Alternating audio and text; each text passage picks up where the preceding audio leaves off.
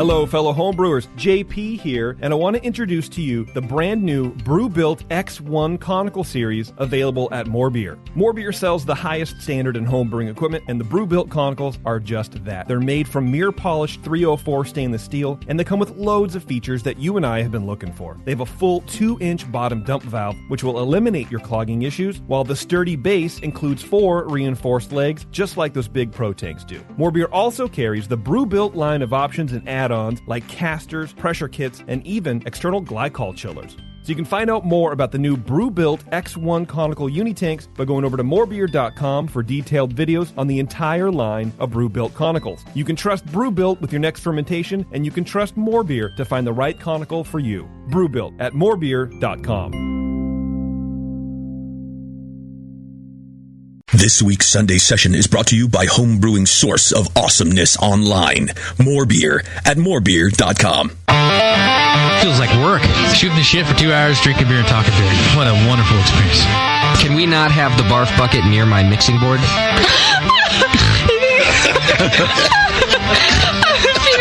I think everybody could read the book. I knew you were going to use this book as an excuse to quit doing this show. Mrs. Bub, if you want, I can mail you the Bub Timer. Yeah, Newcastle. Especially in the can. Have you ever had it in the can?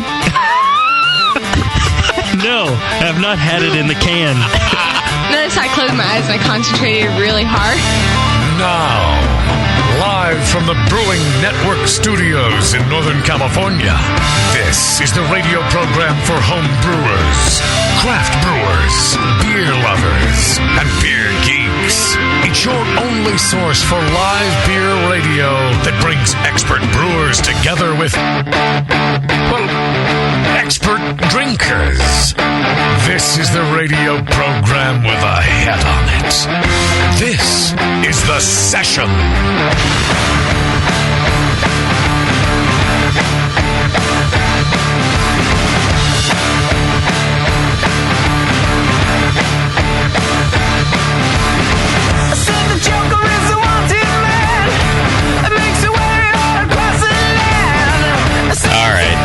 I should know the studio by now.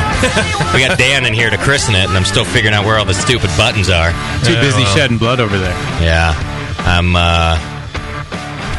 christening the studio with blood today. Great. Which is your favorite way to do something. Yeah. With blood on the outside of your body. All gross. Yeah. I prefer it inside mine, but you're a thinker that way. I was doing it for Nathan. Yeah, I thought it was pretty awesome. Nathan's hardcore. Pretty metal. Dead kittens, it's Halloween season, you know. Doesn't that chair come up any, Nathan? No, I'm low riding today. Low riding. There's like a lever on it. It's broken. I think it's called a lever. Yeah. You can use this one over here if you want. And if you like it low. No, it's kind of goofy. The second I fixed the wheel, the lever broke. If you had cleavage, Doc would be all up on that chair. Oh, yeah. Well, you were leaning over me a minute ago. Ask Bevo how I knew. Yeah. I'm wearing a Modest shirt today. Yeah, well, I was going to point that out, too. It's good, though. Are those things getting bigger? No. Because I thought about hopefully the rest of me is getting smaller. Maybe that's what it is. Because I noticed today, I thought, well, she's wearing a more modest shirt. Yeah. But they look bigger. Well, the Lord doesn't always like cleavage. The Lord likes you to This is what I wore to dole church. it out. Yeah. Choir boys it's love not you. the Lord so much that doesn't like it. It's the other church ladies. Right. Yeah, they can suck it. That's what their husbands are thinking about you. Can they, though? All right. Welcome back to the show, everybody. After a Great American Beer Festival. And our guest today, who you all know as the Dan, won himself a medal at the Great American Beer Festival this year. Congrats. I talked to Dan about the GABF sometime, and he's a little indifferent about it. And so we were on the phone this week talking about the show, and he goes, oh, yeah, by the way, I won a medal at the GABF. I don't know if you saw that. And I'm like, Dan. I don't know if you knew that. You got a medal this year. You sent some beer in. We did. You don't always care about the competitions, though. I brew for myself. It's just like the music, I don't care about selling it or promoting it or anything like that. It's all about for the goodness and wellness of mankind. Right. As I try to get the brewery up to 250,000 barrels this year. That's a lot of mankind. Buy my beer. Right. And one of the beers, the beer that won is one of the beers we're going to talk about tonight. Yeah. Style-wise, what was it? It was a Weizen Eisbock, or it is a Weizen Eisbock. Okay. Is that did you invent the Weizen Eisbock? I thought I did, but I didn't. Okay. Yeah, Schneider has done one. So there's 2 breweries in the world that have produced it. One in Germany. One here. What's awesome about that beer style is a little while ago, we're going to talk about this stuff too, but Dan came out with the Imperial Pilsner. He's starting to do this Braumeister Select series. And when he came out with that, I said, you know what Doc and I would really like if you ever did is an Eisbock. Oh, yeah. And he's like, dude, it's already in the works. You were already planning an Eisbock. 2 of them, actually. Oh, there's another one? There's another one coming out, too, yeah. Okay. Next year, though. Beautiful. Yeah, Doc and I are big fans. We talked to you about this last time you were on. We did a decoction mashed Doppelbock at Doc's house. I did all the it's not like your brewery, Dan, where your guys just sit in the control room pushing the decoction button. Ours goes to 11. It goes to 11. Right. I had to manhandle that mash all day long. Yeah. But anyhow, Doc ended up icing that one, right? Yeah. Wasn't that the beer you did? And doing quite well in competition with that, too, I think. So. Yeah, actually, I won the club-only competition, I think, with it for the club. That's nice. So not only will the Dan be christening our studio tonight, but we're going to be learning a bit about Eisbock and the ice, EIS process, the history of it and things like that. And then we're going to talk about Doppelbock today, too, because that's another beer. That's your regular winter style, right? Indeed, our seasonal. It's a badass I like it. Doppelbock, yeah. So we're going to talk about techniques to get that good flavor and a true traditional German Doppelbock like Dan always likes to teach us. Doing that. And, of course, we got Beer Jeopardy ready for today. Of course. Yeah. Have to have it. We got a full day. We do. We have tons of feedback, lots of stuff to do. Nice Twitter game happening. Yeah, why don't we do the show? Why don't we announce the Twitter game right now while I look for the feedback? While you monkey around? Yeah.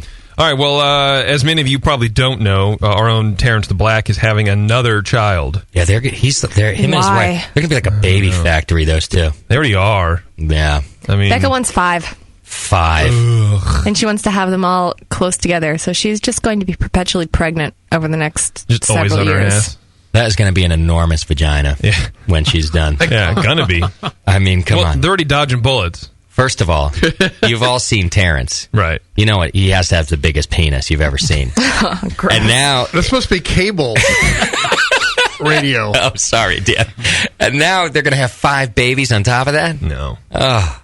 On top of that wiener. God help us. God help her. Yeah, well, I think much like we did with Bevo's child, we want the BN Army to come up with a name for Terrence's new child, which I think is a boy. Oh, we're going to name... It is a boy. It is a boy. We're going to name Terrence's baby. We're going to name Terrence's baby. And can I just say that how impressive it is that they know it's a boy already, because she's only like 14 weeks pregnant.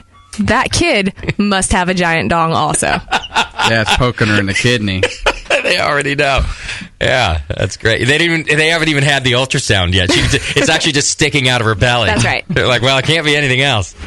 All right, so we have to name Terrence's unborn baby boy. That's right. Okay. That's our Twitter game. You can Twitter us at Brewing Network and later in the show. And I think Terrence is going to come by also, and we will pick the baby's name. And maybe he'll listen to us. Maybe he won't. We don't know. I'm betting on Pad Thai as the name. Perfect. That's a good start. So there you go. We're going to be doing that. We'll do Beer Jeopardy a little bit later on. And also, we are going to be doing a short tribute to a fallen Brewing Network listener that we lost just recently. So we'll be talking about our friend Meisterbrow a little later in the program, who, if you're a longtime listener, you know exactly who we're talking about. If you're new, you'll have to go back to the archives. But we'll talk about that a little later in the program, and just make sure we do a little tribute to that. A couple of updates. Let's see. We got a whole bunch of stuff in the store now, right, JP? Bunch of new merchandise uploaded in the store. That's right. We got our drink beer Rockfinger shirts are in there, and new Hop Grenade shirts, new BN Army shirts. Lunch Meat shirts are in there, I believe. Lunch Meat shirts are in there. Yeah. That's right. They're on a black shirt this time. Right. So they're a little classy. You can wear it out to dinner. Casual but nice. Don't be afraid. Like, oh, I don't know, this weird gray color. Can I really wear it to a bar mitzvah? Yes, you can. It's black. It's fine. Don't worry about it. Right. And that's what we want to do for you guys. As always, our Lunch Meat shirts were the best sellers at the Great American Beer Festival. A lot of creepy beer drinkers go there and buy. It's a puking unicorn with a rainbow, Dan. And people like that kind of stuff. I don't know. As if you don't think he knows. Dan's got 3. Yeah. He's like, I know. Wearing mine under my polo right now. Yeah. So. Those are the new Brew Strong design is also in there. I don't know if you mentioned that or not. Oh yeah, we've redesigned the Brew Strong shirts. So I go think and it check looks those badass, out. actually. I think it looks great. Yeah. Yeah. All right. Also, you can shop. You can do all your Amazon shopping through the Brewing Network, and we get a little cut of that. You do all the same shopping you normally do, but just click the Amazon link right there on our homepage, and it helps us out. Do we have an Amazon item of the week, Moscow? Yes, it is the Mooning Garden Gnome. Oh, somebody bought the Mooning Garden Gnome. Yeah, one of our classy listeners. That black lunch meat shirt would be perfect for this guy, I think, because it's all class. Awesome. Mm-hmm. Yeah, so just click the Amazon link right there on the homepage and buy your fleshlights, buy your Mooning Garden Gnomes, whatever you buy. I like that. It's like, my neighbors can bug off. It's kind of like a general trend of people telling other people to bug off. Like, it used to be the customer's always right, and now you go into a business and it's like, hey, we don't need you ordering from us. You see a lot of those kind of signs, in local businesses. Yeah. Hey, bug off. Oh, I got a story about that. About bugging off? Because I'm still livid. I'm pissed. So we had our grand opening, our open house yesterday, and we're trying to get the studio together. Moscow and his brother did a great job putting up a bunch of photographs. Yeah. Moscow artwork. and Jew-Light. Yeah, Jew-Light, his brother.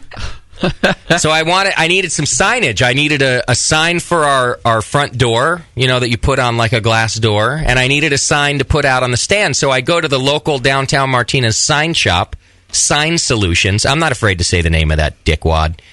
I go in there like 2 weeks ago before the Great American Beer Festivals, and I tell him, hey, this zombie crawl thing is happening downtown. We're doing an open house. I need some things. He said, yeah, you can bring that stuff in anytime. It's no problem. So I go in there this Thursday with the artwork, and I should have known. It's my fault. I'm pissed off at that idiot, but it's my fault. I should have known. They couldn't even open the file. It's a standard file. They couldn't. I had to teach them how to open it. I should have walked out right then and there. But they said, oh, no, we can do this for you. I've been into the shop a couple of times, and the owner of the shop is always just sitting in the corner. And when you walk in, normally you'd greet somebody. Well, you say, hello, welcome to my shop, whatever. Yeah, that's what they Aloha. do. A simple aloha would have been fine. He just looks at you like you're an alien. Because I'm not a Martian. I'm not one of the homeless people pissing outside of his door. No, you're on the edge of Mars. Yeah, that's a Martinez greeting. He just stares at you. Yeah, he stares at me. So I go. He's probably thinking hello. Hello. Yeah, he's trying to mind meld with you. Yeah, he's probably said hello 8 times. I was the idiot not answering him. So I have this experience with him. I go in. Luckily, this time on Thursday, his employee is there, and she's the one who's going to do the work. And she says, "We can do this window sign for you, no problem. I'll finish it today. If I don't finish it today, Russ there will finish it tomorrow." Great. What should I do? Just come back tomorrow? Yeah, just come back tomorrow. I go back. I come back on noon on Friday. I go in. Russ is sitting in the corner again. He's talking to somebody. They're just chatting it up. He looks at me like he's never seen me before. He has no idea who I am. I go, hi, I'm coming to pick up my sign. I'm with the Brewing Network. Oh, yeah. It's not ready yet. Should I come back later? Yes. How much later? No problem. I had also mentioned a couple other signs. Can you do those for me today? Yes, I can. Should I email them to you? Yes, you should. He doesn't initiate anything. You have to. Great. I come back. I email him the stuff. At 3:30, he emails me back. I can't open the files. I explained to him how to open the files. At 4 o'clock, he emails me back. I can't print this. So I call him. It's 4 o'clock on Friday. Right. I need them. I call, and I said, just to clarify, you can't do the new signs that I sent you, because that's no problem, or you can't do any of the signs that you said you're going to do. I can't do any of them. My employee's gone today, and I have to leave. What? You told me you could do it. I can't do it.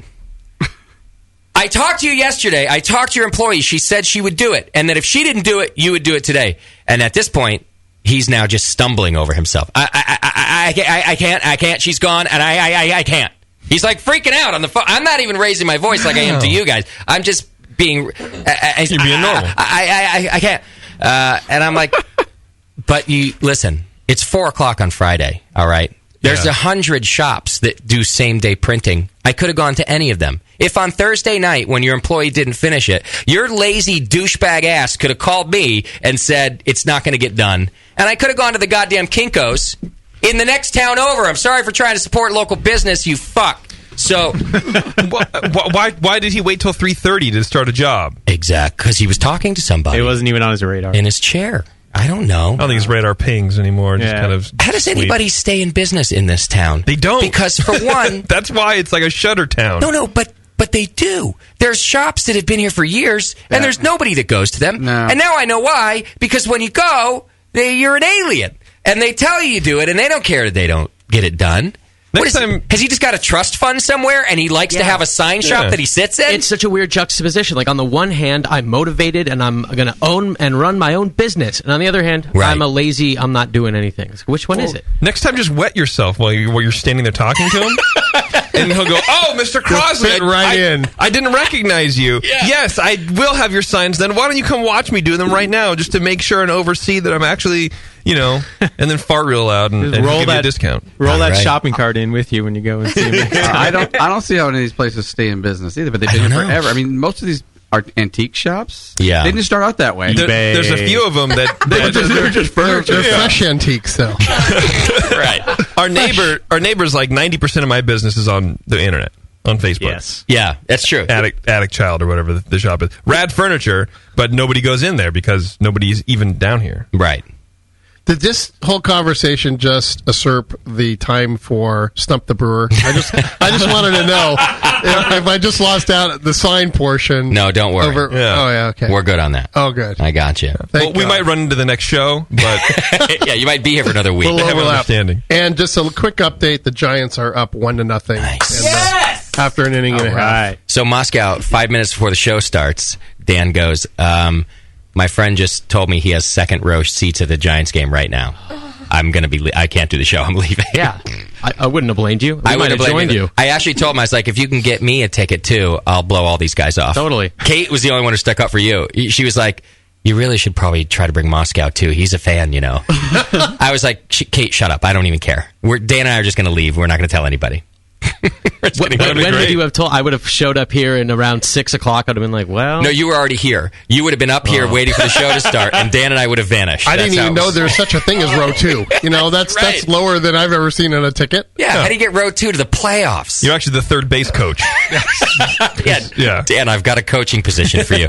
Bruce Bochy he's a little sick today. Yeah, if you're the sports broadcaster for NBC, that's how you get it. Right. That's what I found out. So do you have to pay for your own beers at the game? Yes, I do.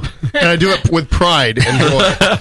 And you don't bitch about the price? Not at all. I'm all, give me 5 of them. At once. You're sort of double paying yourself at that point. I'm happy to. I'm just happy to be there. Right. Yeah. Yeah.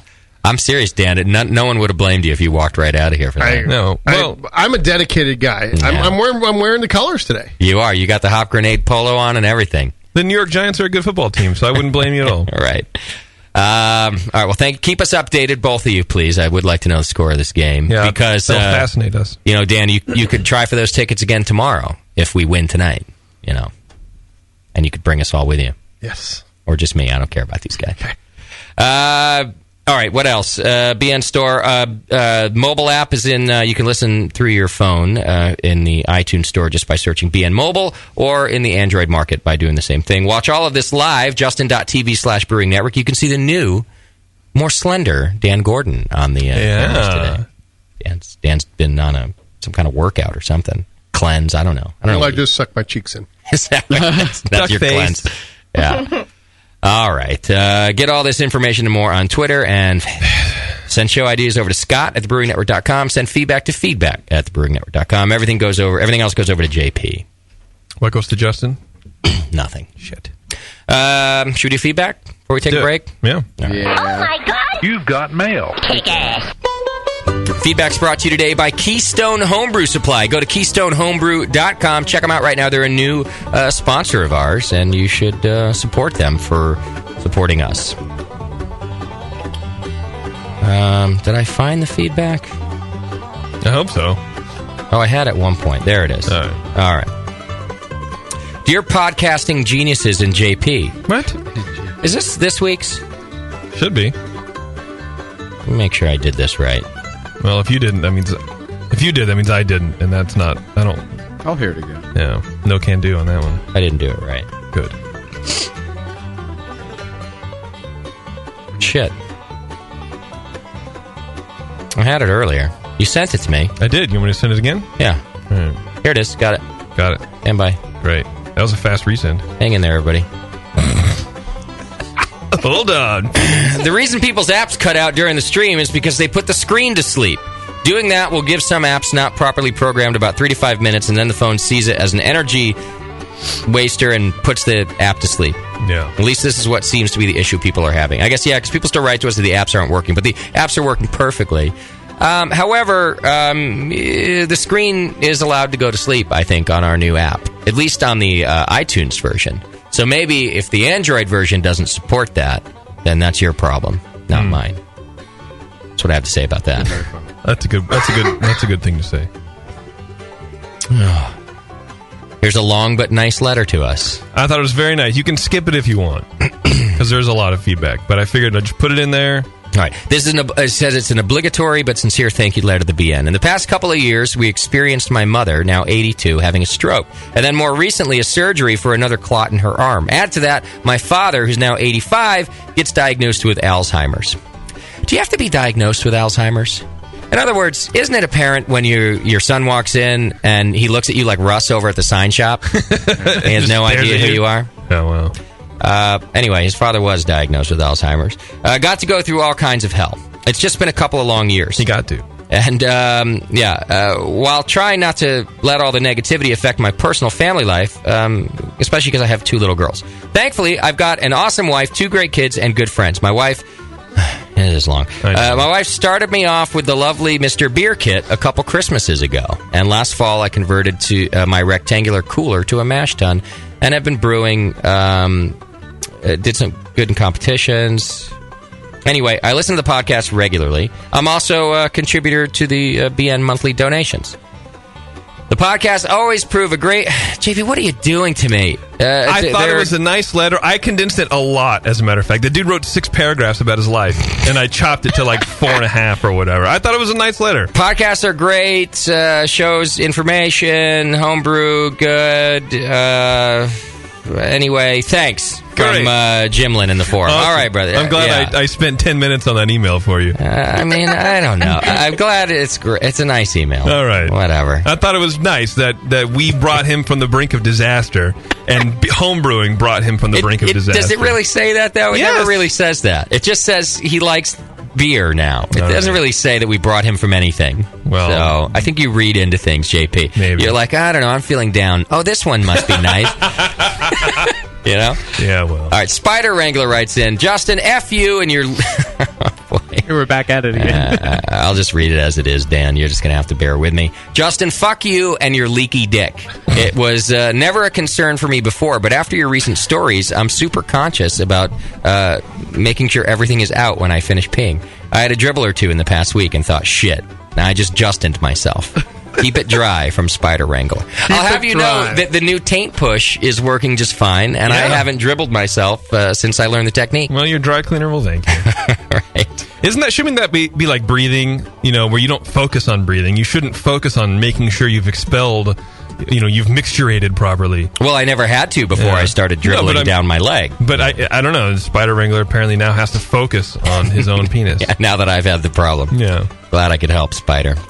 Jeff writes in, I have to agree with the guy who wrote in last week. JP's negative attitude brings down the show. Well. He used to be very witty and enjoyable to listen to, but over the last year or so, he's become a bitter asshole. I'm really tired of listening to him bash homebrew and homebrewers. JP, if you don't like homebrew or homebrewers, get the F off the show, douchebag. Your entire audience and the target demographic of the show is homebrewers. Every time you say something negative about the topic, you're essentially saying F you to your listeners. Yeah. Yes, that is correct. Right. He thought it would be a revelation to you, JP. Yeah, you thought he was writing something that you'd never thought about before. I mean, a couple of weeks ago, McDowell and I were talking about it on the show. Yeah. About how he agreed with me. He thought 95% of homebrew sucks was a little too high, but he said, I think 80 or 90. Right. No one gives him any shit. Yeah. All I have to do is just hand out pot cookies, and people will love me. That's all I need to do. They won't pay attention to what I have to say. They just want to befriend me for weed. Right. So that's what I'm going to start doing, Jeff. Well, there's 2 things. You have to keep your mouth shut. I can't do that. And hand out the pot cookies. And you need to buy some weed. I can't do that. Well, I can do that. Yeah, so there you go. Yeah, sorry, Jeff, but your homebrew probably sucks. You're probably one of the 95%. Oh my God! Did you tell that guy back who you brought back from the brink because of your participation on the show? Yeah. By I the way, should forward Jeff that other guy's email and go, fuck you, Jeff. you should send all the positive emails we get over to Jeff. I think I will from now on. That's where all your positivity lies. All right, Dee's Maltz writes in. Dee's Maltz. I've passed the BJCP online entrance exam and preparing for the tasting exam. The BJCP study guide outlines 2 methods of scoring. One is to take in your overall impression and get a score in your head for the beer, then allocate those points to each judging category. 2, score each category separately, then add it up for the overall score.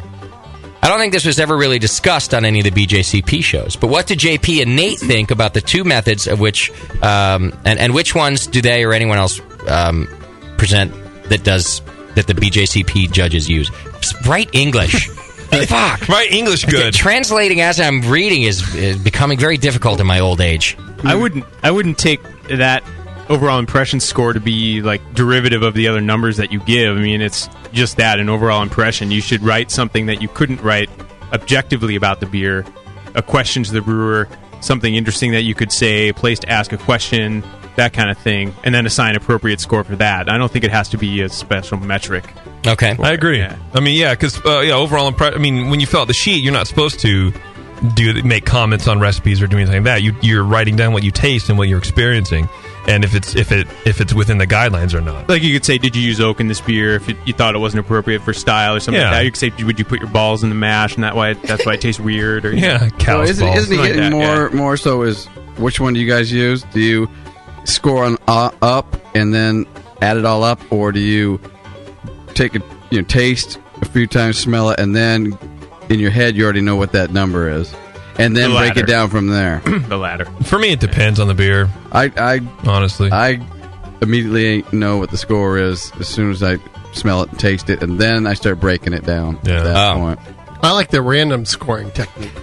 Yeah, you don't even taste it. I believe that's what the GABF uses as a random weighted random scoring technique. Right. Apparently, Dan just got his score sheets back. No, I would never know. But having been a judge at the GABF, I can say it is fairly random. Right. And if you win an award or a medal or whatever, it's pretty nice. But I did get to when I was in grad school, I did a thesis work, and part of the research was presenting the beers that were made with different yeast strains and having the DLG taste panel do it.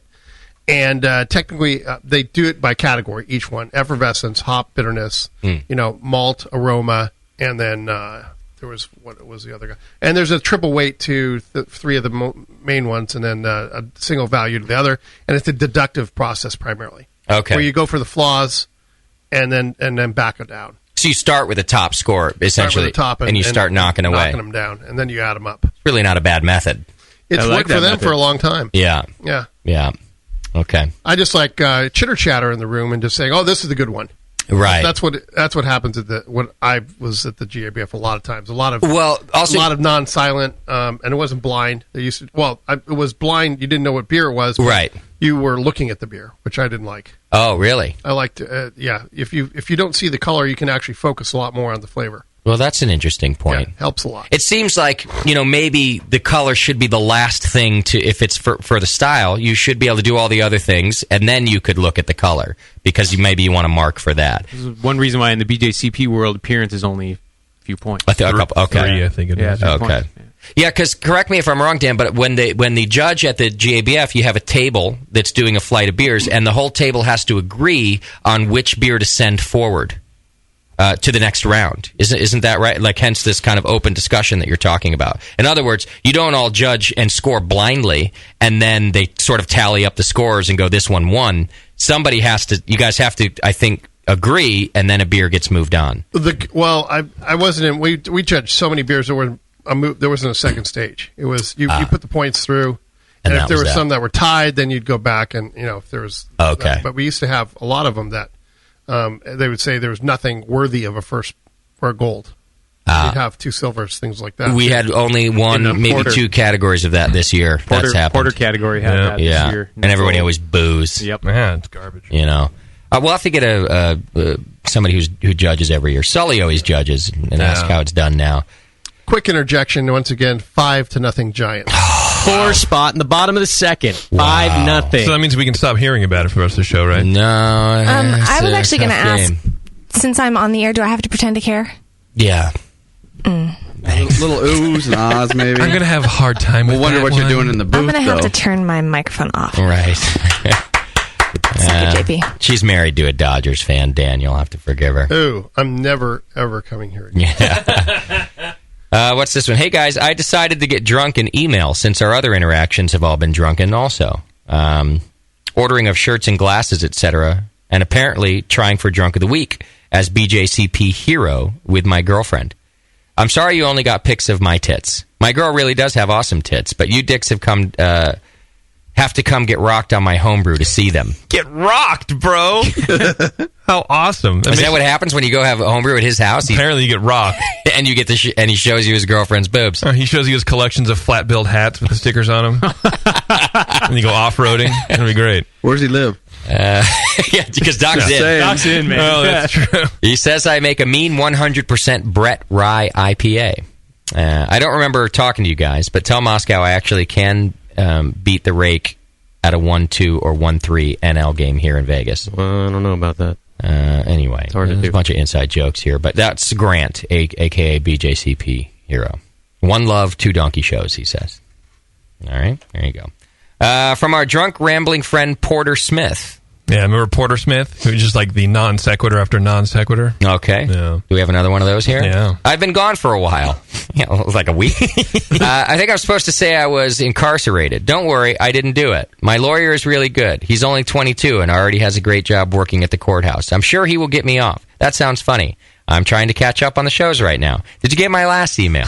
I suggested you try to get Marlboro to advertise on the show. Win-win for all. The email was returned as unable to send. The sheriff's department has my Mac. I have to use the computers at the library. They suck and are really slow. Can I come out and see the new studios? Like a tour? That's it. There you go. That's awesome. Yes, yes, and yes. Let me tell you, it's like talking to Doc when he hasn't had his meds. It's just so much information. It's got to come out real fast. Hi, Doc. Hi, Doc. Right in the middle of a conversation. Just say, hi, Doc. It resets everything. Yeah. Hey, guys, in Bevo. Y East has info out on their site regarding Y East 2124 Bohemian Lager.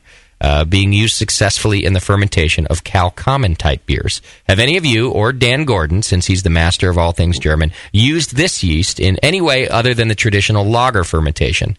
That's Andrew from Wisconsin. Any experience with Y East 2124 Bohemian Lager? Only in making Bo Pills. Okay. But I figure if that yeast is notorious for kicking out diacetyl, among other things, so fermenting warm, it may even kick out more of it, so watch for that if you're going to experiment, but no, I haven't done it. Okay. And Doc, you pretty much only use White Labs. Yeah. So you haven't tried that one. And Dan, no experience with this either? We buy most of our yeast from Weinstefan Yeast Bank, so I don't know the numbers by heart. Okay. I'm sure it's a derivative of there somewhere, but who knows which one. It came from someplace. Well, either it did or it didn't. That's another long. All right, I think we're done. Yeah, too many long ones? Yeah, All right. yeah. We're done with feedback. All right, don't forget, feedback is brought to you today by Keystone Homebrew Supply, and we thank them for sponsoring the program. Brand new sponsor. After that first section, I know they'll be back. That's right. All right, why don't we do this? We got a lot to get to. We're going to take a quick break, and we'll come back with the Dan. We're going to christen the studio a little bit later, but we're going to be talking about Eisbach and also about Doppelbock, plus the new Imperial Pilsner Brau. We'll taste some of that, too. So all that and more, 888-401-BEER if you want to ask questions. Hang in there. It's The Session.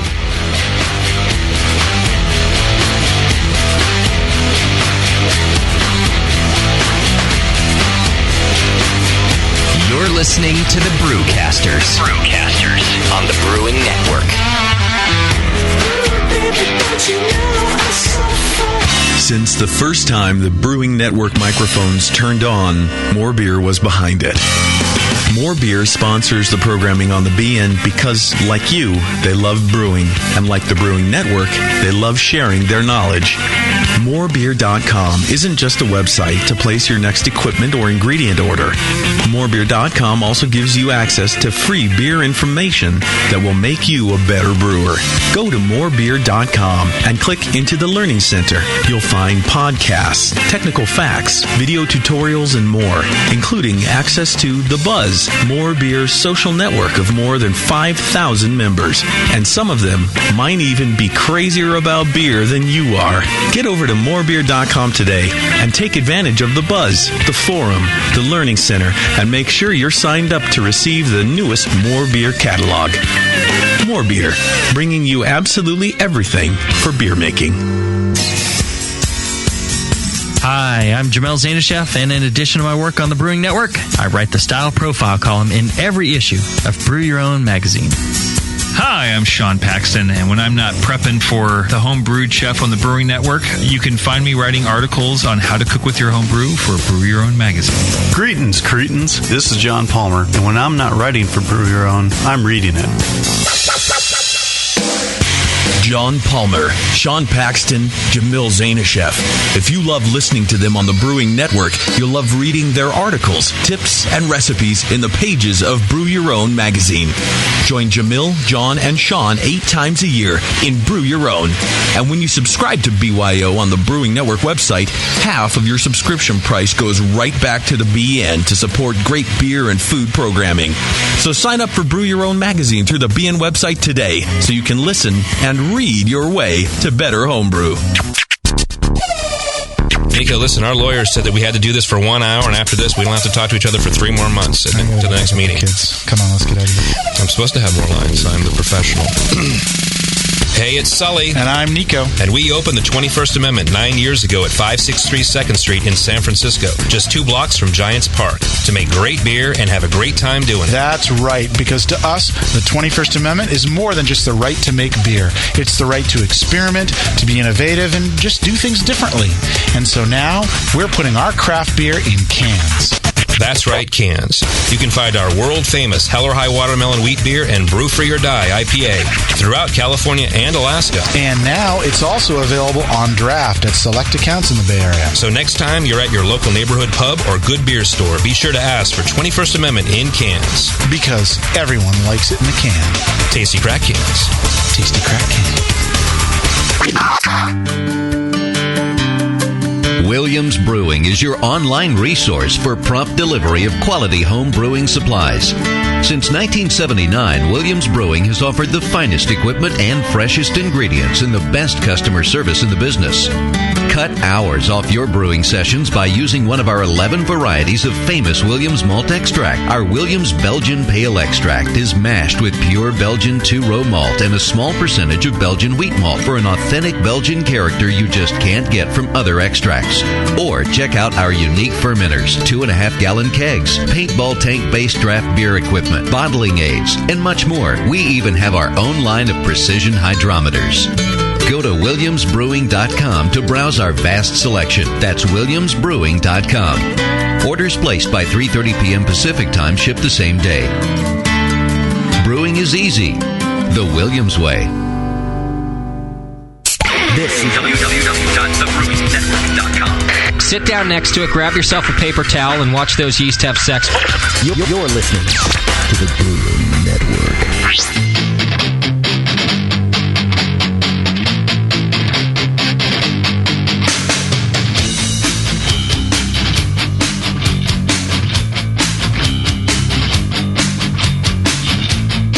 The session.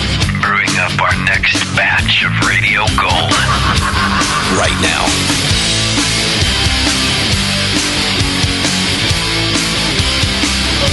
All right, welcome back to the program. Thanks for sticking with us. It's the return of the Dan here to christen Studio Double D for us. You know, we went from Studio A to what should have been Studio B, but we skipped right over to Studio D. And, now that Bevo has matured in her physical characteristics, as well as motherhood, we thought we'd now skip over to Studio Double D here in the new studio, which is why Dan is here with us today. So thank you, Dan. I'm honored. I like Double D's. Welcome. There's been some debate as to what sticker if I could get one printed to put on the door to represent Studio Double D. We could just have 2 Ds. Or we could get more creative, and there's still some debate about that. Creativity is always rewarded. Yeah, that's what I thought. What's this creativity? Never mind, Bevo. We're speaking in code. Don't worry. You'll show up one day Earmuffs. and not be any more offended than you normally are. And I am on an everyday basis. Yeah. Okay. Yeah. Well, you're already giving Howard Stern a run for his money, as far as I can tell. We're trying. Listen, he's going to retire evolved. soon. This is this is a big change. The problem is positive reinforcement, Dan. We've never lost a sponsor due to my vulgarity. Never. And the listenership just keeps... It's a short list, though. It is a very short... it's a very short list. And the listenership keeps growing, and so it's like, why stop the dick jokes? I don't know. It's positive reinforcement. Not only don't stop, double down. Right. It's just like my procrastination. My procrastination pays off every time, too. At the GABF, I got to interview Frank Thomas, the Big Hurt, right? Retired as an Oakland A, one of the greatest hitters of all time. Absolutely. I prepared for 5 minutes. One of the best interviews I've ever done. And the response afterward was like, man, you really know your baseball. The truth is, I'm a terrible baseball fan. I only know a little bit about the Giants, and I know shit about Frank Thomas. But I procrastinated. I crammed. Doc knows how to do this. He's a dentist. You procrastinate, you cram, you pass, you win. And move on. And because my procrastination is always reinforced, I've never given it up. You should never over-prepare, Dustin. That's all this is telling you. I know for a fact that dentists are meticulous and planned at all times, so I don't buy the even ridiculous comparison that you just made as having any kind of weight. Doc lets me have it because he feels like it helps me out, too. Downside to procrastination? Yeah. You got no signs. Right. Excellent point. But it always pays off, Doc. Mm-hmm. But nothing, we were no worse for the wear without the signs. If you wait just late enough and the person doesn't come through, you can blame it on them. Yeah. And then we wouldn't have had that rant at the very beginning. See? Right. How long have we been open? Won? That was gold. How long have we needed signs to show where we are instead of a cardboard cutout? We haven't needed them. Well, you're right. And who won? We got a great rant out of it. Who won? The listeners. Beer Radio won today. That's right. Oh, God. All right, Dan. Actually, somebody logged out of the chat room and complained about your ranting. Fuck him. Tell him never to block his IP address. Yeah. He can never listen again. Block it. Disconnect. No more guesses. We've gone from being very open to criticism to fuck you, you're blocked if you say anything bad about the show now. That's our new policy. Right, JP? Yeah, but I like green, so it's fine. He wasn't paying attention at all. What? Whoops, that's the wrong Facebook. Oh, shit. Well, I don't know, Dan. I'm just trying to do what I can. Help him out. What are we drinking first here? Well, I think we're going to do the IPB first. Let's find out what's new at Gordon Biersch, because I know about this whole Braumeister series, but you haven't been on the show to talk about it. Not yet. So what is the Braumeister series? Braumeister Select is basically one-time limited releases. Okay. So the plan is that we don't brew them ever again. So you got to get it now. And there's only 3,500 cases of it. Every time you do one? Every time we do it. Maximum 3,500. And for the Weizen-Eisbock, less. Because we lose a lot of liquid. And right. It's just the first wort.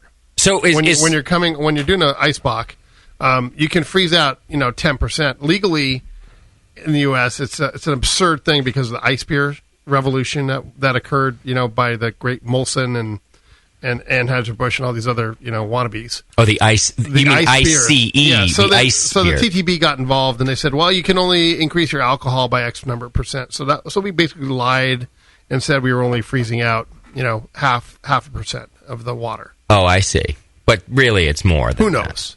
That. Wait a second, Dan. All of those ice beers, which I only know about because it was before I was a craft beer guy, they were actually doing the icing process? I really don't believe it. I don't believe it either. Ice filtered or cold filtered. Yeah, I always thought it was bullshit. I figured they were just pumping in malt liquor in there or something. Right. I don't know. I mean, I can't. I wasn't there to see it, so okay. I don't really know. But it still did cause a ruckus with the TTB. I'm sure they put it through a heat exchanger and they get some crystallization occurring, but I don't know if it is actually the water crystals removed, the ice crystals removed or not. Okay. But in this case, yes. Okay. Well, hang on. So you say how many cases of beer? 3,500. Yeah. What is that? Is that like IPB of the Weizen-Eisbock? That's fewer. Is that one batch for you guys, or do you brew more than one batch? Oh no, because this is all first wort. So normally we have 3 brews going into a tank. This one takes 6 because we're only getting first wort, 24% OG. Also with the IPB, not just the... No, IPB is lower. okay. Lower. This has an original gravity. IPB is okay. like around 15%. So you just use the first runnings? First runnings only. Hang on. We got to start with IPB we call that first wort. before we get to Icebox, because I want to really dive into the Icebox. So I want to talk about all that first wort stuff. But the first beer that you put out in the Select was an Imperial Pilsner Brau. Right. Is that right? Exactly. And there were still only 3,500 cases of that as Exactly. well. Okay. And why an Imperial Pilsner Brau? It's something, the craze for big beers, first of all, was going towards hops. I mean, everybody's hop. And we had the stigma at Gordon Biersch from the general brewing community that we're not throwing in the kitchen sink as far as hops go. Yeah. So I just wanted it to go out there and say, hey, look, we can do it too. And the way we're going to go about it is we're going to use the 4 best aroma hops you can get.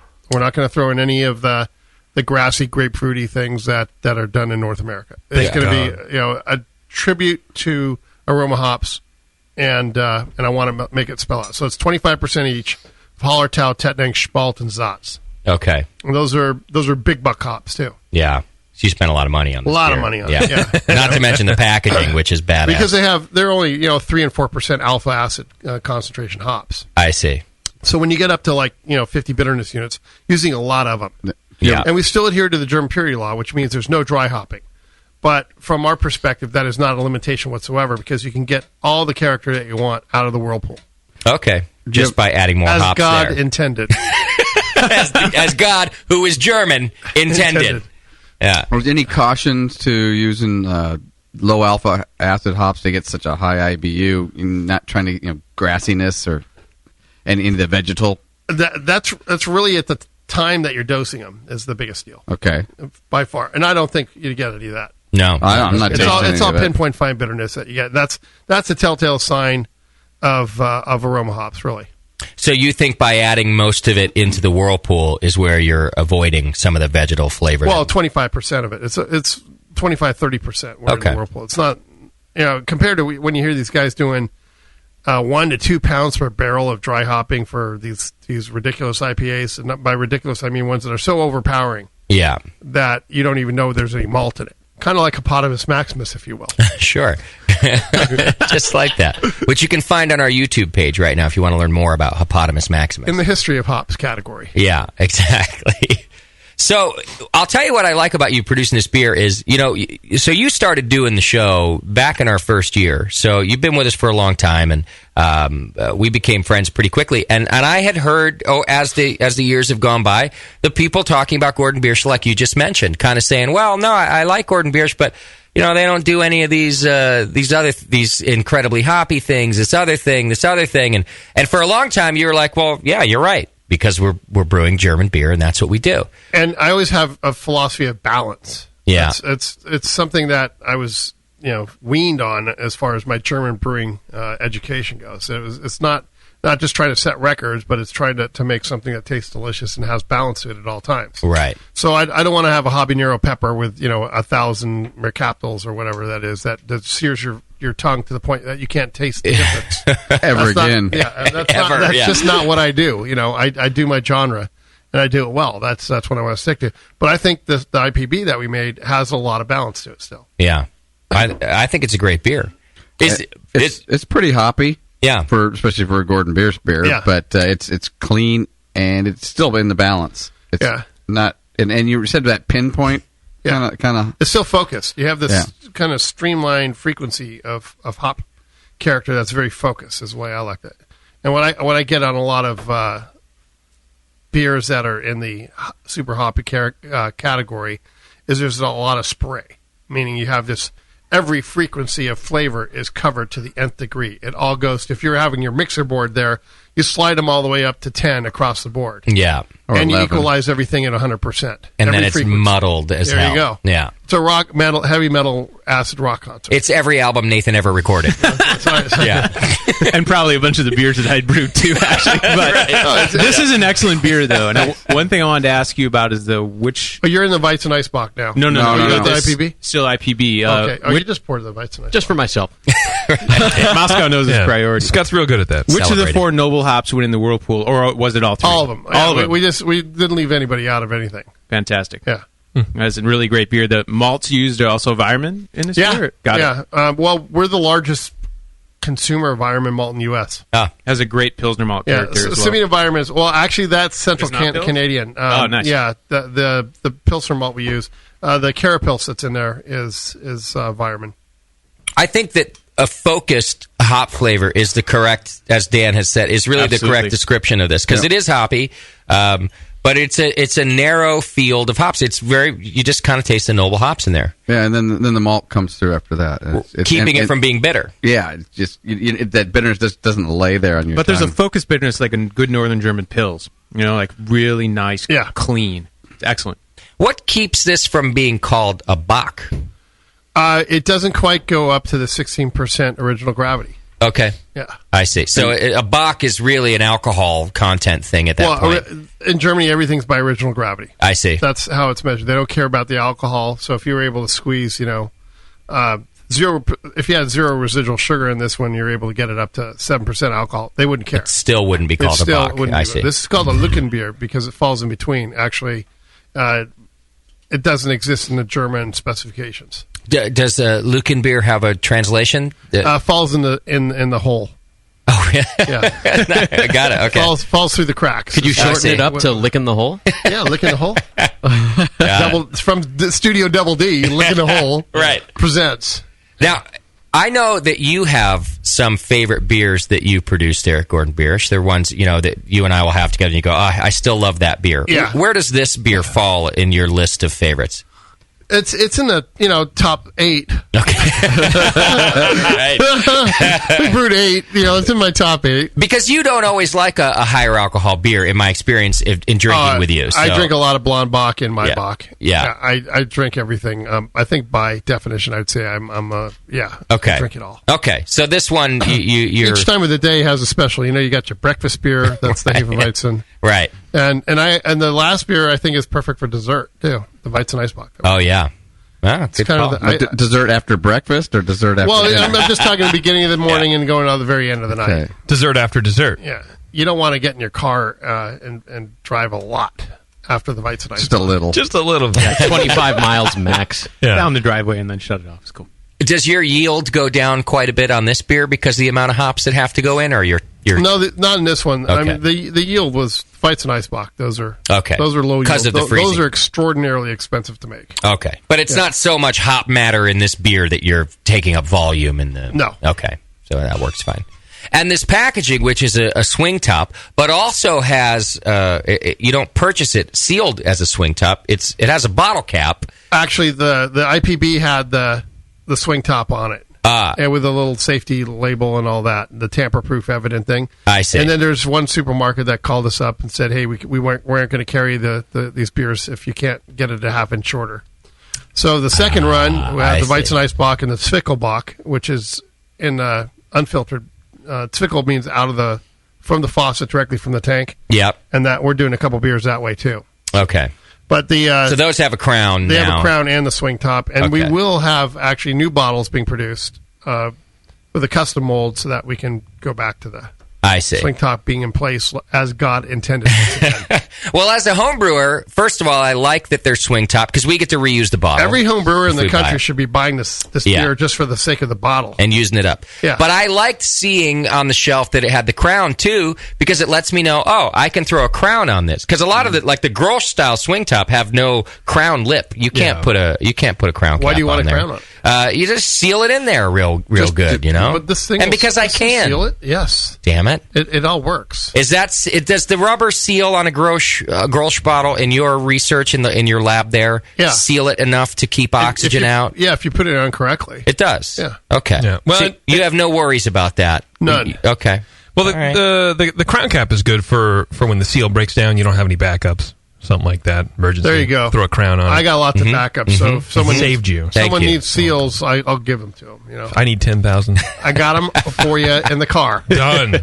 Do you have to order these bottles from Germany?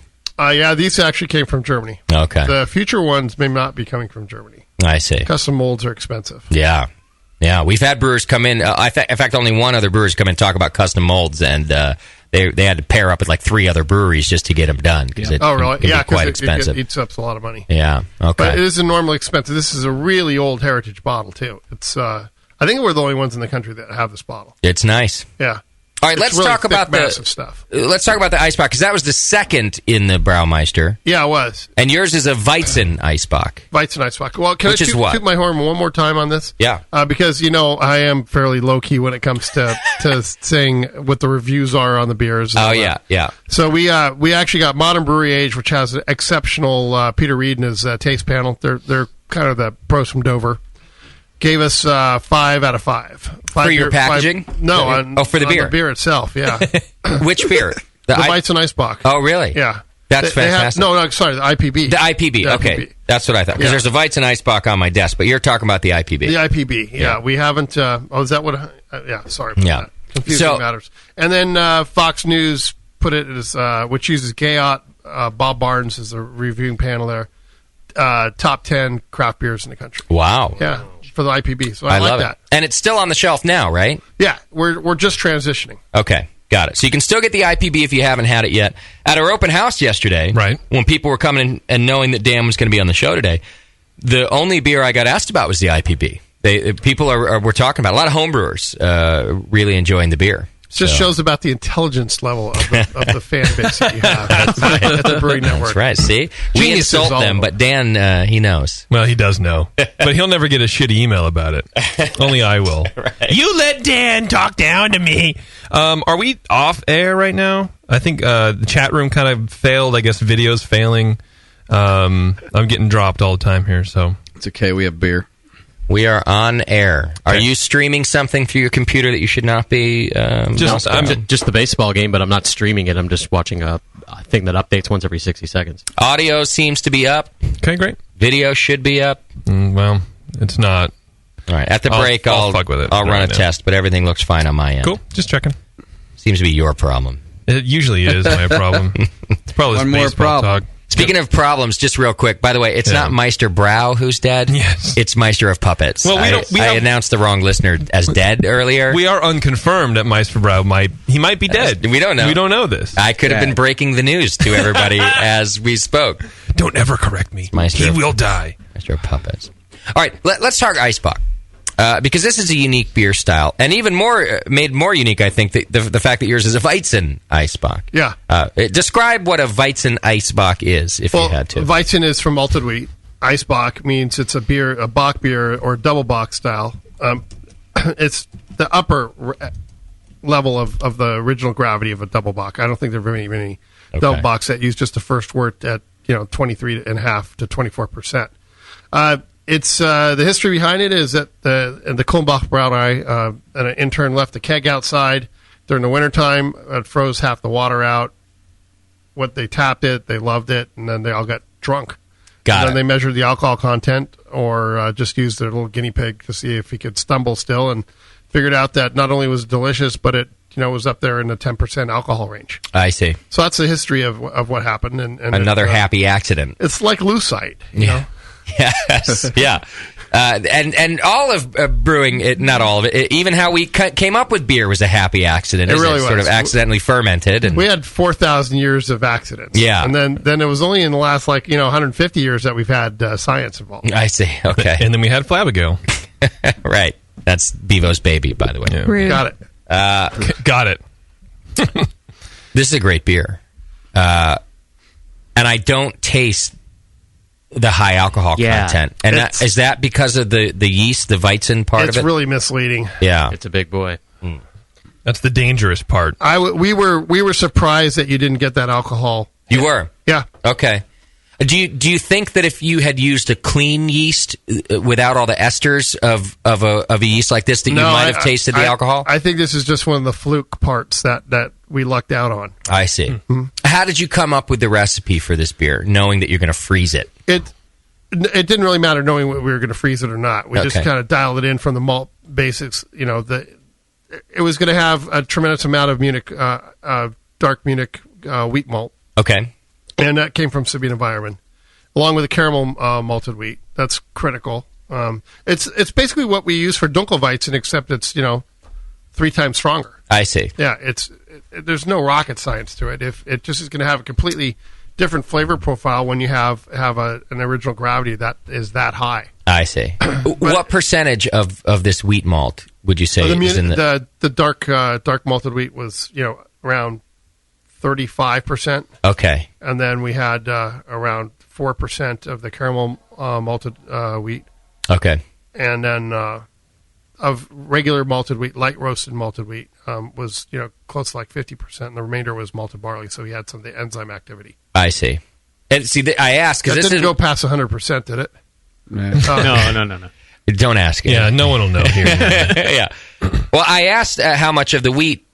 Also, because for homebrewers, this is important, right? Because if we have over a certain percentage of wheat, it becomes very difficult for us to do a mash. Exactly. We don't have rakes going through and things like that to keep it moving. It's hard for us to louder. It is? Oh, yeah. Okay. Because this is above the bar, above the rake. I mean, there's so much malt in there. I see. We're maxing out the brew kettle just to get, that original gravity so high. So were you concerned about that going in on brew day? Oh, yeah. It's sweating a little bit. We're going to have a stuck louder? Absolutely. Yeah, in your case, that would be disastrous, wouldn't it? Oh, you don't want to get in a shovel into... Shovel out, 5,000 kilograms of malt husks. Right. Yeah. Oh, we have techniques that we know how to do it. Like what? Well, to get it unstopped, we percolate from below, shoot some water through the spray jets to lift up the grain bed a little bit. Okay. And then there's, of course, the washer machine technique, which is pretty unique. And that's when you, instead of a raking, you actually go into the grain out speed, which is whipping around. Oh, right. And that just keeps everything in suspension. Then we suck it down. While that's happening? Yeah, and that's like the worst thing you'd ever imagine. Okay. That's when you get a delivery of malt that has such a high glucane level that it's just not going to work. Okay. And you find out the hard way. But that didn't happen with this. No, we were batch. very Okay. fortunate. Oh, well, that's it was good. surprising. Okay. And what about the yeast? Is it a standard yeast? Yeah, it's W68, which is the Weinstefan Hefeweizen yeast strain. Okay, same that you use in your Hefeweizen. Yeah, but whenever you do a Hefeweizen yeast strain with dark roasted malts, you have this nice balance that occurs. It becomes more harmonious. So you don't get the pronounced citrus, banana, bubblegum, clove as intensely as you would in like a standard Hefeweizen that's brewed with just light malted wheat. I see. See, I prefer that because I'm not the biggest fan of the banana clove flavors. So yeah, well, this is a nice balancing for you. Yeah, and it is more subdued. I do like it that way. At what point do you just allow fermentation to happen like any other beer, and it has to finish before you do the icing process? Oh yeah, the icing is actually way past fermentation. That doesn't happen until the last 2 weeks. I see. Actually, in our case, we crank the refrigeration really low. That we have to drop the glycol temperature to about -9 Celsius because beer won't freeze at 0. So you got to take it down to get contact areas, and then it forms these big ribbons at the glycol jackets of ice. Oh, really? But your system is able to do this under normal conditions, or you had to tweak it? No, we had to drop the temperature. But I mean, it functions that way. It can do that in other words, you didn't have to put in a special. No, our brewery goes to 11. -11. Yeah, because I would have thought to get that volume of beer down below 0 is an incredible amount of cooling power. It is. So, but this is standard on your glycol system that we goes got a to lot 11. of refrigeration there. Yeah. So you're lagering pretty close to 0 anyway. Yeah, we're actually or a little below. No, our glycol temperature is already at like -3, -4. Okay. Now we're just taking another 5 degrees lower so we can actually freeze. And how long does that take you to get? Oh, we did a test. I mean, we could freeze it in 2 or 3 days. Yeah. The quantity we want. Yeah. I found we were really concerned about shooting past the point. Yeah. Okay. I found that when I'm icing at 5-gallon kegs, I've got a side-by-side refrigerator freezer, and I can get a whole 5-gallon keg in there. It does take 2-3 days sometimes to get it done. You're thinking, the next day you're going to come out to a solid block, and it just doesn't. Yeah, I'd have thought overnight. We took a keg. We do have a huge industrial freezer room also, and we froze a keg in like 5 hours. Yeah, you can't. It was surprising. Yeah. That is a gnarly freezer you have. Yeah, it's a big one. That'd be good for my murders. What? All right, nothing. happened? You're good. You're good. You said said that on You like the that scene in Goodfellas, don't you? Huh? Oh yeah. Hey, JP, you actually said that out loud. Oh shit.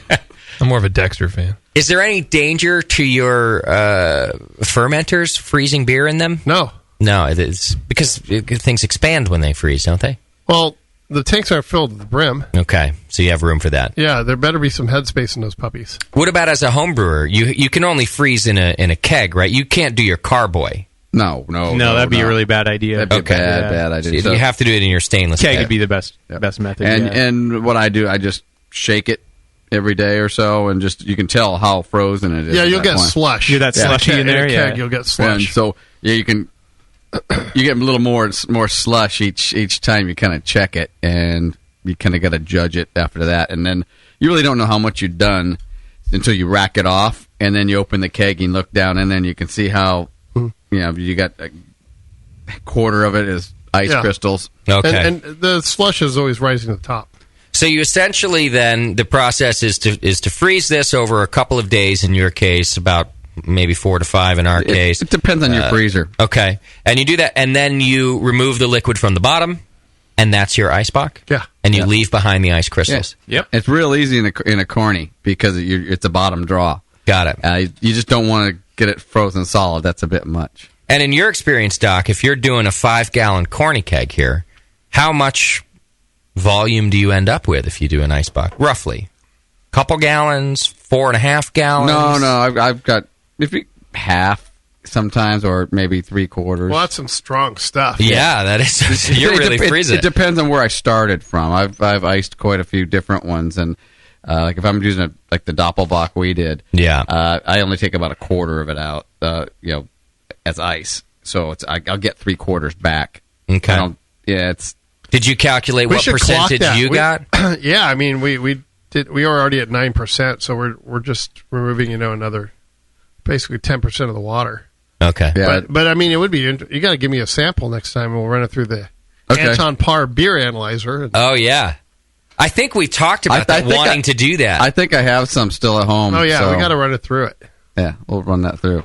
Then what do you do with what's for us? We take the top off of our kegs and we could dump them out. What do you do with all these ice crystals left in your fermenter? You have to then warm it up and melt it. It's not very hard. And then you throw it out. You don't need to warm it up. I mean, you just have water. Fucking jerk.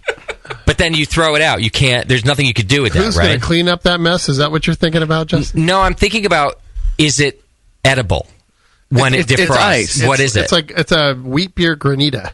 Yeah. It's all it is. It's just water. It's got giant flavor, snow, right? It's one giant snow cone, man. But it's not. It's just water. It's not beer at all. It tastes like watery beer. Yeah, I mean, mostly water, but flavored. But it's Bud Light. The water freezes before anything else in there does. Yeah. So that's why it's separating out. Because I've seen it. It's not clear. It's the color murky. of the. You have to pull some sort of proteins maybe that get trapped in the ice, or at least esters or something. There's gunk something in it. has to come through. You see what I'm getting at. I see what you're getting. I speak Justin. Why can't you? We're not concerned about those ice crystals, the ice that's left behind. It's going down the drain. Why can't you sell them in the freezer section as popsicles we can't along even with get your it out of garlic the tank. fries? We have to melt it out. Well, the tank drains 2.5 inches. These blocks of ice are big. I think you're not thinking hard enough, Dan. I really am not. I think that I want next time I go by Me and Gordon Russell Biersch, from the sign shop are getting together on this one. yeah, because I think And you're being lazy. we're gonna like figure it Russell. out. We're just going to stare at each other. I want Gordon Biersch ice popsicles next to my Gordon Biersch garlic fries. Got it. Are those still in the freezer section? No, they're not into frozen food, but we are probably selling a ton at this Giants game. Yeah, you which probably is still are. at a 5-0 score. Oh, good. What inning is it? We're in the top of the 5th. Yeah, so in case you're sleeping during a baseball game, you can eat garlic fries and keep you awake. Wake up everybody. I'll just make the commitment that since they're not in the frozen food section, I will come over to the home of every listener of the Brewing Network and personally produce, family-sized portions. That is a legal contract. That's a verbal contract in the state of California. And you bring some ice, too. Yeah. Popsicles. For the kiddies. Dan, I'm supposed to tell you from one of our listeners that... you're beautiful. Let Dan know that the Gordon Biersch at the airport in North Carolina, Raleigh, Durham, is top notch. Really? It was a chance to try his beer, and it was outstanding. Really? I guess he'd never had your beer. That's Do great. you supply the beer for locations like that? Yes. Straight from the brewery here in San Jose. Right.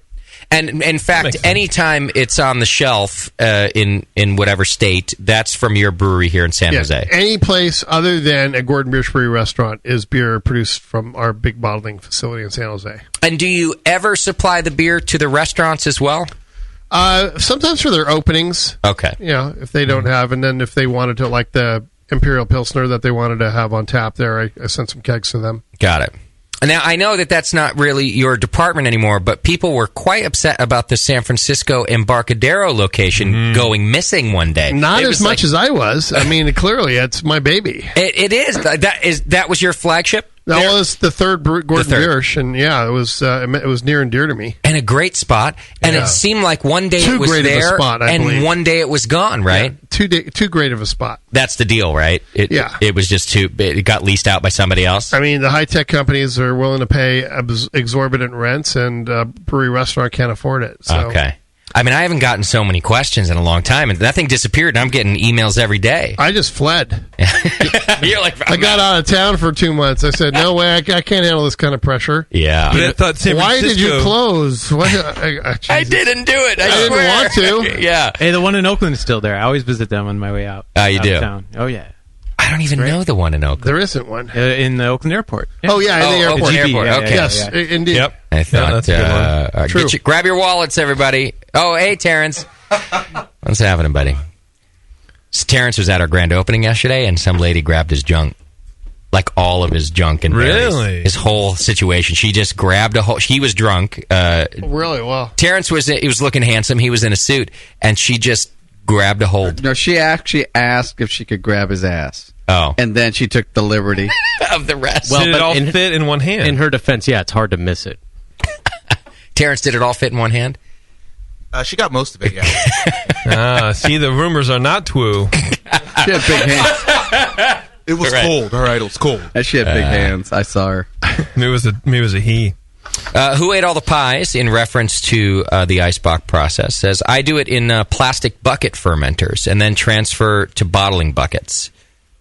He says I can ferment 23 liters and ice in the plastic bucket down to an 18-liter keg. I've seen people do that, and they use a colander or a strainer and scoop the ice out of it that way rather than rack it. Yeah, that's fine. If those are home brewing things when you're going to inject carbon dioxide, right? You don't have a big colander at the brewery? I got a huge one. Yeah. I love going right there with a little wooden paddle. Right. I love going to the brewery because I'm a little slow and I always forget. And I go, Dan, we need to shoot this part of the brewing process. And every time he looks at me like, dude, you can't see anything in my brewery, man. Like you want to see the brewing process? Look at that tank right there. That's your brewing process happening right now. You see the pretty lights dancing. Jump in. Yeah. There's no guy with a paddle. There's no shovels. There's no any of that. I forget every time. We got Felix stuffing hops into That's little true. Grundy. Felix is a badass, also a star of the Gordon Biersch videos that you can find on our YouTube page, youtube.com/brewing network, and you'll see Felix there. He's always the one doing the stunts. He's in both, I believe. He was in Hippopotamus Maximus and Essence. I love Felix. Never get rid of Felix. I think he's a star in the making. He's a genius. Yeah. Well, they might get rid of him if Google pays him more. Right. Yeah. Listen, Do you want a Felix story? If Univision had found Felix before us, he'd have been gone a long time ago. Yeah. He's a star. Yeah, I would love it. All right, here's a good Felix story. His nickname is the Genius, and it was acquired. Good nickname. Yeah. The guy has 2 iPads. Okay, I mean he is a genius. Wow, you pay pretty well over there. Are you hired? I don't know how he does it. I don't even have half an iPad. And so Felix is. We have Thierry, the French Foreign Legionnaire, who escaped from whatever, Algeria at some point in time to come to the United States. And he cries a lot. And Felix, Thierry.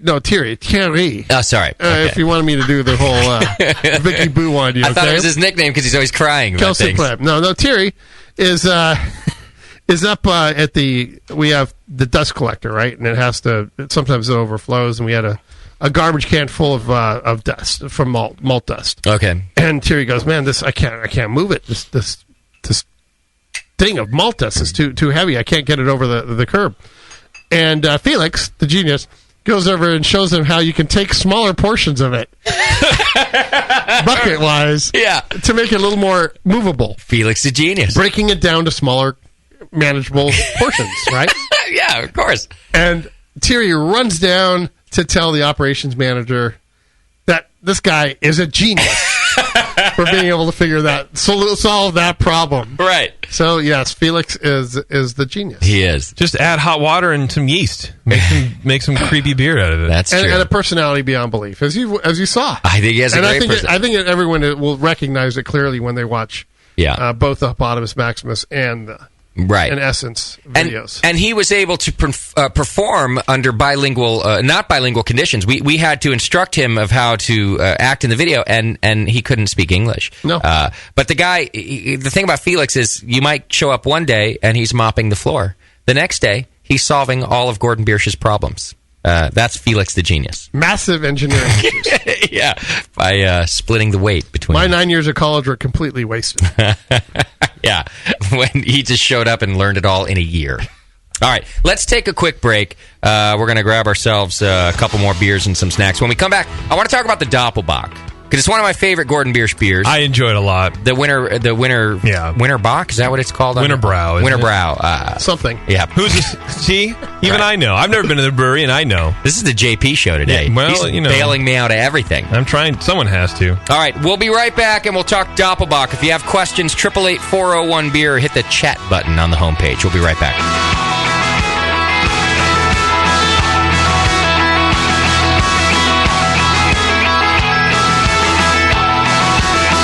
You're listening to the Brewcasters. Brewcasters on the Brewing Network.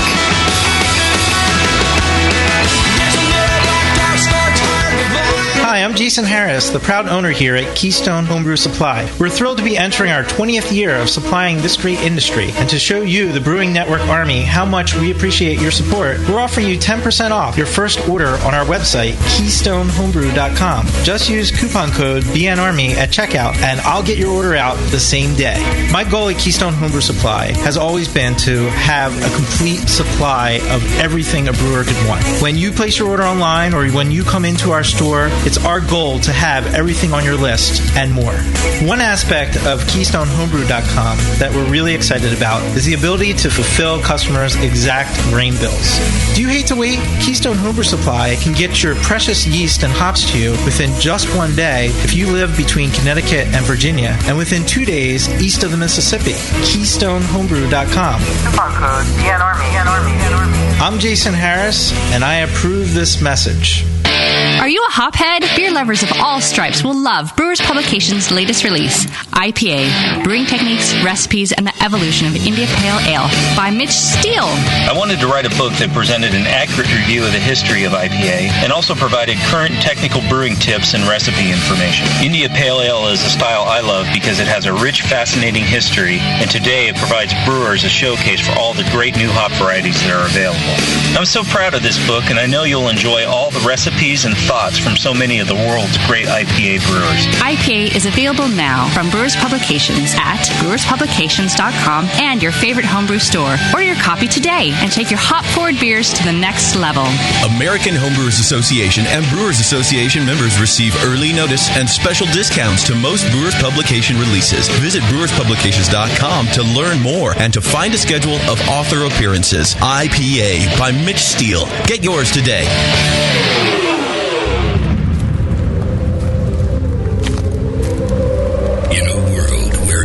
Has been lost. What happened to the city? It's in ruins. Only one man has the ancient knowledge to restore civilization. I need a drink.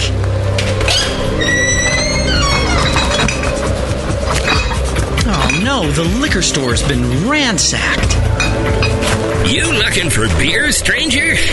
Boy, all the liquor got drunk up in the first 25 minutes of the apocalypse. Wait, there's still some bottles over... Oh, no.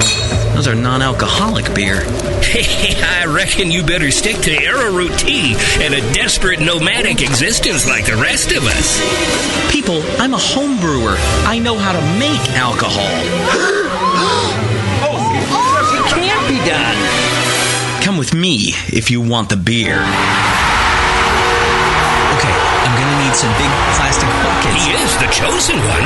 The prophecies say that he's going to get us wasted. Someone start heating water. And From the creators of Northern Brewer, the people who brought you $7.99 Brew Saver shipping, massive selection, and superior customer service comes the Home Brewer.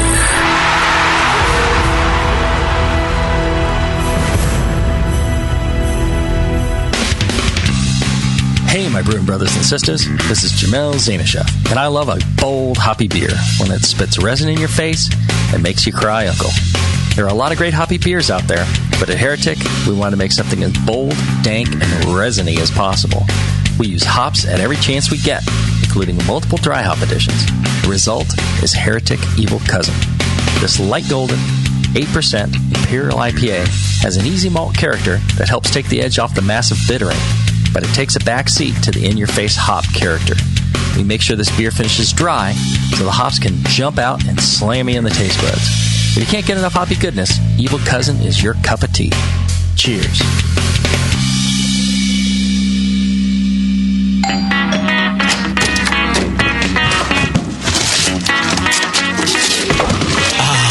What'd you get? More brewing ingredients? Yep. You know what I love about Brewmaster's Warehouse? The $6.99 shipping? Well, yeah, but... Oh, the in-store classes for beginning brewers. Yeah, that's cool, but... Oh, the Brew Builder. Creating and saving your recipes online is awesome! No, yes, but... The cheese-making supplies. No. Oh, the wine-making supplies. Oh, the distilling equipment and liquor flavorings. All that stuff is awesome, yes, but what I really love is that the guy who runs it is totally hot. And that Brew Builder software is awesome. Oh, yeah. Brewmaster's Warehouse brings you flat rate shipping on great equipment and ingredients to make beer, wine, cheese, and spirits at brewmasterswarehouse.com. And if you're in Georgia, stop by Brewmaster's Warehouse Monday through Saturday from 10 to 6. Visit brewmasterswarehouse.com today because it's totally hot. Oh, yeah. What's funny is brewers will say, yeah, I don't brew to style. I'm brewing my own beer. And it's like a German Pilsner, but it's black. Yeah, it's a sports beer. You know? The home of live beer radio. TheBrewingNetwork.com. Because like beer, Radio shouldn't suck. You're listening to The Session.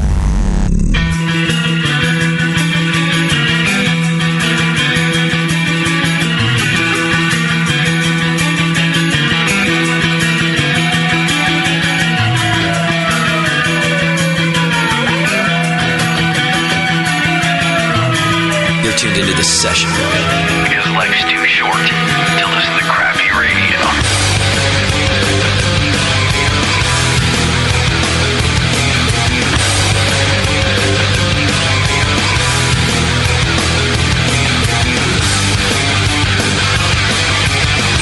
All right, welcome back to the program. Thanks for sticking with us. We got Dan Gordon in the studio talking Gordon Biersch, and we just learned a little bit about Eisbach. And now we're going to talk about Doppelbock, which is, it's the winter bock that you put out. That's your seasonal.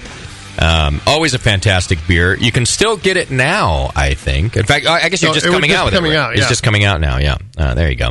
And I just got some fresh stuff from the brewery last time I was there. So, Moscow, pour some of that for us, too. This is a style that I've always really enjoyed among German beers. I'm a big fan of Pilsner. I love your Czech style Pils. But of the German styles, the Doppelbock I've just always found to be unique. It has, I think, all of the flavor that craft beer nerds are looking for. You know, they go, I don't just want a Pilsner, I want something more. I think the Doppelbock has all that. And it's one of the best examples to me of showcasing the malt in a clean lager beer.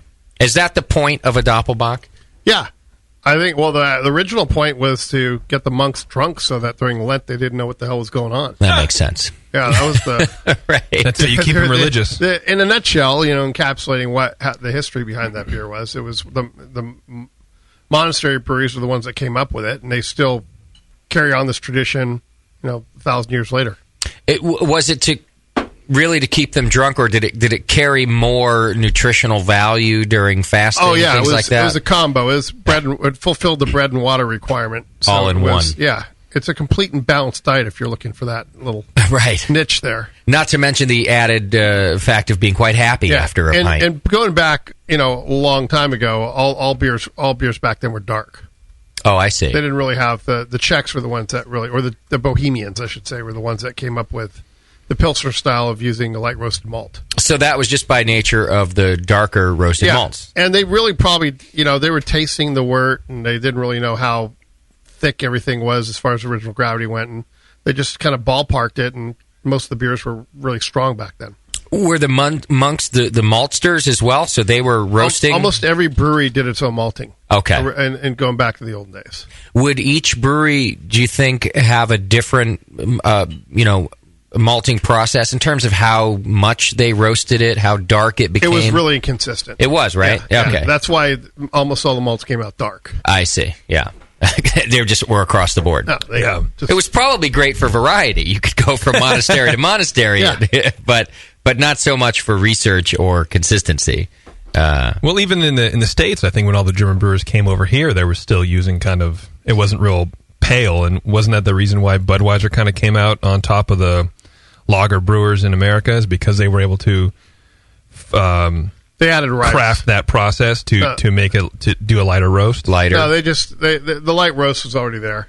Oh, really? It already evolved. They just wanted to mellow out the 6 row and make it cheaper. Okay. I see. Shit. One out of 89,000, I'm wrong, okay? Sorry. Well, actually, JP, there are so many myths about the Budweiser rule in America that I think that it is actually hard to decipher. There's some good books out there about the process of how Budweiser became the king of beers. Yeah, and I read it in like 2, but I mean, it's like you said, if there's a bunch of stories, it doesn't matter what's real. What's true? It matters what gets repeated the most often. Right. And in fact, even the rice part didn't come until later. I think most notoriously ended up being refrigeration. If you could talk about something that Anheuser-Busch did for beer in the United States, it would be to transport beer refrigerated. Yeah. But everything else there's a whole myriad of I think bullshit. we should just kiss and just get it out of the way because it's working up to that level. I'm just defending you on that note. See, you defend the ones you love. Because that Budweiser Doppelbock is awesome. Right. Yeah.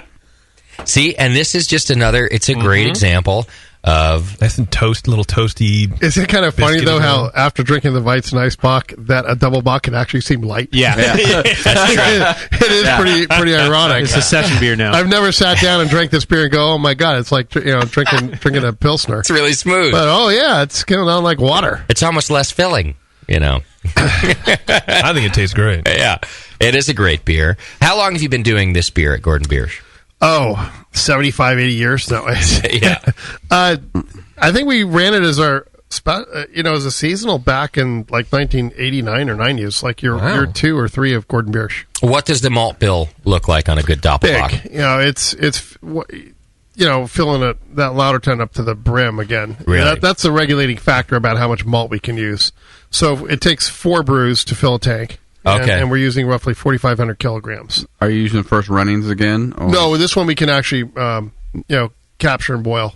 Okay. Oh, yeah. Let's just return to that real quick because I didn't go back to that. For the Eisbock, you only do, in other words, you fill up the mash tun, you take all the liquid out, and that's that. You don't fill it up again. There's no sparging. No sparging. Yeah, this one gets sparges. Okay. All right. And you get... But it's only getting 2 sparges as opposed to on the 3. Doppelbock. Yeah. And but your Czech pills, for example, would get 3. Okay. All right. And as far as percent boil off, are you boiling off more with this one to concentrate it more? No. Actually, all of our things we calculated out so that we boil off, and then most breweries after they boil add water back. So the boiling is for the physical chemical reactions to occur. Caramelization. Yeah, that's why we're doing it to isomerize the hops. And get the flavors out. That's primarily what it's almost all for the hops and then coagulating protein. And do you add water back to this one? No, there's no way. We can, not on this. Oh, there's just too much liquid. No, we don't have that much room to play with. Got it. Just one charge of hops on this beer, or are there multiple stages? No, all of our beers get hops at least 3 times. Got it. Does this have less hops than a Czech Pils? Yeah. 27 per bitterness units. Okay. versus the Pils that's got 32. Okay. Hallertau? Hallertau and Tettnang. And Tettnang. Mhm. We use a lot of Tettnang hops. That's a great hop. Yeah, it's great and unreal as far as price goes. Yeah, I bet. They're using all German noble hops, no U.S. versions of those hops. Got it. I don't know. I get some Centennial out of this. Might be the Starburst I just had, but that lime Starburst. Maybe the little genius threw a little something in there. Right. Genius doesn't get up to the hop dose, so we just keep him on. I don't buy that. I think the genius is there after hours doing all sorts of things in that brewery. He is a mean man with a pressure washer, I'll just tell you that. Yeah. Oh, he does a fine job. You do Whirlpool hops in a beer like this? Yeah. You do that also? A little bit. Really? Just a little bit. Okay. Just to make you feel better? Yeah. Yeah. It's fun to open up that Whirlpool manway. Yeah. He doesn't even measure it. Just throw a bunch in there. It's fine. It's like a handful, kind of like Beechwood chips. Just a little bit. Right. These are Whirlpool aged beers. Just so you can say it. It's weird because it's a very balanced beer, but it's not something that you sit around talking about the hop characteristics of. You talk about that caramelization of the malt, the melanoidin flavor. Yes. Those are the things that make a great Doppelbock. Yep. But it seems to me that you have to be very good at how you use hops in order to make that happen. Do you see what I mean? In order to make them disappear is part of the magic of this beer. You know? Well, when you have a big body to it, it automatically it's going to do compensates that. for that. Yeah. But if you didn't do it right, it would be overly sweet, wouldn't it? That's primarily the mashing process. Okay. More so than anything. Which is, you mean temperature-wise? If you want to, if you want to have a lot of residual sugar, you regulate the amount of free amino acids that are available for the yeast to stay alive. Okay. So once the yeast runs out of FAN, fermentation doesn't occur. I see. It's kind of a self-regulating and biochemical mechanism. What's your goal in this? Do you, the residual sugar we want? This one's like 4.5%. Okay. All right. So add backbone, but yeah, you want to have residual sugar in this kind of beer. Yeah, that's part of the body and flavor. Okay, it's important. So, what's your mash look like? Step? It's a decoction. Yeah, yeah. What it starts off? We mash in at about 45 C. Okay, and then it goes up to 50, then 60, then 68, 72. Pull a third, boil it, mix it back in. Pull a third, boil it, mix it back in. Twice. Yeah, old school. Then it finishes up. Then it's mashed out at 80 degrees C. So you do the decoctions up at the top of the top part. Yeah, yeah, because most of the time they don't. Well, the old school. The reason for decoction in the olden days was that was the only way they had for heating up each step of the mashing process, and we're doing it for a different reason. We're doing it to explode the crystallized malt structure. So we're doing it for flavor. Yeah. We're not doing it as a heating mechanism. Because when you see our brewery, one of the neat things we have is extraordinary temperature control because we have an external calandria for heating the mash. Okay. So it circulates through and pumps through. I've seen one of those before. And it actually can decoct when you set the temperature inside of that calandria. You can get it even above 100 degrees Celsius. So above boiling. Wow. Yeah, and then you get really good caramelizations occurring. We can't do that. No. Doc, fix that, will you? But you only pull it off twice and put it back in. Doc, how come I did it 150 times on our brew day? You made me pull it off 100 times. No, I didn't. I mean, it felt that way. No, because you were stirring for an hour. Stirring sucks, huh? Oh yeah, he's got this look on his face like his arms are going to come off, and I just said stir. But really, how many times did we pull some liquid off and put it back in? We did a double decoction. So we did it just like that, too. You did a classic one. Yeah, so we did. Actually, you heated up to each of those major rests by boiling a portion of it and mixing it back in. All right. And that's the history behind decoction. Because they didn't have thermostat controls. It was all direct heating. And the way the mashing process evolved, it was classically, it was a triple decoction. That was how they did it. So they'd start off with some warm water, mix the ground up malt together, and then they pull a part of it, boil it, and then mix that back in, and that's how they got it to 50 degrees Celsius. I see. Then they pull another section out and get it to 60.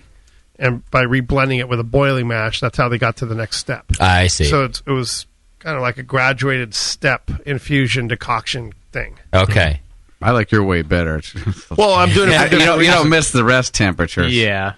A little less hassle. It was it was tricky to do. Now I don't want to discourage people from trying it if you're an advanced home brewer because it produced an awesome beer and it was also fun. I like to bitch a lot about it, but it was really fun.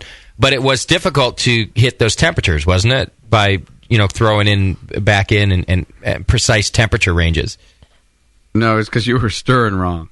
But no, how the fuck do you stir wrong? I don't know, Doc. but you did Great it. question, actually. And by the way, up and down Doc, instead of I know clockwise. you want to pretend that it's all dialed in, but it's an advanced technique to take out liquid and put it back in and hit your next step. You have to take out enough of it. And you take out too much, you're going to overshoot. And you don't take out enough because it's boiling. It's only going to be one temperature. It goes back in to the rest of it. So it does take a little bit of trial and error and getting when the decoction's got to go back in. Yeah. And if you can overshoot it pretty easy by taking out too much, boiling that, and put it back in. And did we raise temperatures each time in our double? You bet we did. We did. Okay. So that was the goal. Yes, it was. Okay, got it. All right. But now I want to try it his way because it seems to be. I want one less thing to worry about, and I still get the caramelization that I'd like. Sure. And of course, Dan has always been a proponent that it's the only way to do a beer like this. That we're not going to get these caramelization characteristics in the malt of this beer. Any if we really don't. malty beer. That we just won't get it. Now, when you pull off the decoct part, is it liquid or liquid and grain? Oh no, it looks like mash. I mean, it's perfect mash. It's both. Okay. Yeah. Well, we have Justin stirring it the whole time, so that's pretty uniform. Right. Well, that's another thing you got to be. That's why I'm always busy during the week. If you're direct firing it, you got to have somebody stirring it all the time, or it's going to burn. Yeah. Me and Felix, that's how we've become so tight because he's like, "No, Justin, do it like this." Yeah. I've even Except tried. he says it in Spanish. I've even tried the double boiler technique, and that just takes forever.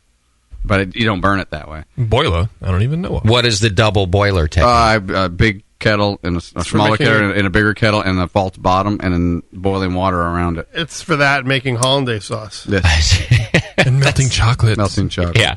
Dan is so far removed from homebrewing that he's like, double boiler? What are you making, hollandaise sauce? I'm making Doppelbock here. Yeah. Okay, so this beer, volume-wise, you have to max out your mash tuns, you said, right? Max out the louder ton. The mash tun can hold a lot more. Oh, is that That's right? Not a problem. You can go crazy on that. It's just your louder ton. Yeah. And then you transfer it to your fermentation vessels. But how many batches do you say you have to do? 4. 4 to do it. That's to fill up a tank. It's a good full day of brewing to do this. Full day. Do this batch of beer. How many days would it take us to do 4, Doc? To fill up. If we had to do 4 batches just to fill up your fermenter. Oh. We could do it in a weekend. Yeah. With a bunch of beer and some strippers. A lot of beer. Yeah. We could probably do it in 1 weekend. I remember the last thing I went to had cheerleaders, but I don't remember strippers. Yeah. Well, we have to ease you in, Dan. Yeah, we do. We start you with cheerleaders, and next time there'll be strippers. I didn't realize that. Yeah. You just left before they turned into strippers. Right. What about yeast on this beer? We do have yeast, yes. Yeah. It's our standard 3470. Okay. And fermentation temperature? 9 degrees Celsius. It takes a couple days longer. Okay. And we're pitching higher. Okay. So we're not pitching it, conventionally, because we have a yeast propagator that's spewing out, 100% living yeast cells that are in a logarithmic growth phase. So our standard pitching rate would be around 8 million cells, and this one is 15, just because it's so much bigger. And you're always pitching from that, never cone to cone and things like that. No, we don't do cone to cone. Right. It's always from our propagator. Cool. And what is your original gravity on this beer? It's darn near 18%, so it's It's up there. Yeah. Yeah. I love it. It might double be. bock has to be 18%, actually. Is that right? Yeah. That's the cutoff. That's the cutoff. Anything below is a bock? 16 to 18 is a bock, 18 is a double. And then does it go up to triple? No, the triple is only that's a fictitious thing. Yeah. It's like bock beers come from the bottom of the barrel. It's one of those things. I see. Yeah. Totally fictitious. All right. I think it's weird that 2 of my favorite Gordon beers are on both sides of the spectrum, because the other one I really like is your Fest beer, which is essentially your Kolsch, right? No. That's not your Fest beer. That's a Summer Brow. It's a Kolsch. Summer Brow. That's my other one. Summer Brow Kolsch, fantastic beer. And then Winterbock, fantastic beer. I left the two ends Gold of the medal spectrum. winner, by the way, at the Asian Beer Fest. Which one? The Summer Kolsch? Brow. Oh, the yeah? Kolsch, yes. Yeah. I like that one. I wish I was at that festival. You'd have gone to that Stinky award ceremony. tofu and, fermented cucumbers, things like that. Since you can't go to all the festivals to accept awards and things, can I start going and Yes. accepting on your behalf? I luckily had Tanner Davies there, and I didn't even know it. Oh, really? Yeah, I got a text saying you won a medal. I go, oh, that's neat. And you had no can idea. you go up there and get it for us? And they said, it's too late. This was one of the brewers from Gordon Biersch Brewery Restaurant in Burbank. Okay. Yeah. Happened to be there. They all love to go. I mean, it's like for the brewers, it's a vacation, but we don't have a lot of brewers at the big brewery, Right. so I don't let them out of the cage. I think Felix and I should go. Felix would be an exemplary person to have there. Yeah. At least he could probably remember the names of the beers, and I can't do that. In But- a very unique dialect of Spanish. yeah, he can say them in We're not Spanish. really sure what version of Spanish it is. What's the cover charge at Stinky Tofu's? Is it like $20? Stinky Tofu is a great place. Yeah. It's just one section of Taipei. Oh. And if your girlfriend comes, you get in free, actually. So Tuesdays are ladies' night. I went there with a couple of Gordon Biersch Taiwan bartenders. Actually, two bartenders. And they're very cute, and they love Stinky Tofu. Really? Yeah. There you go. There you go.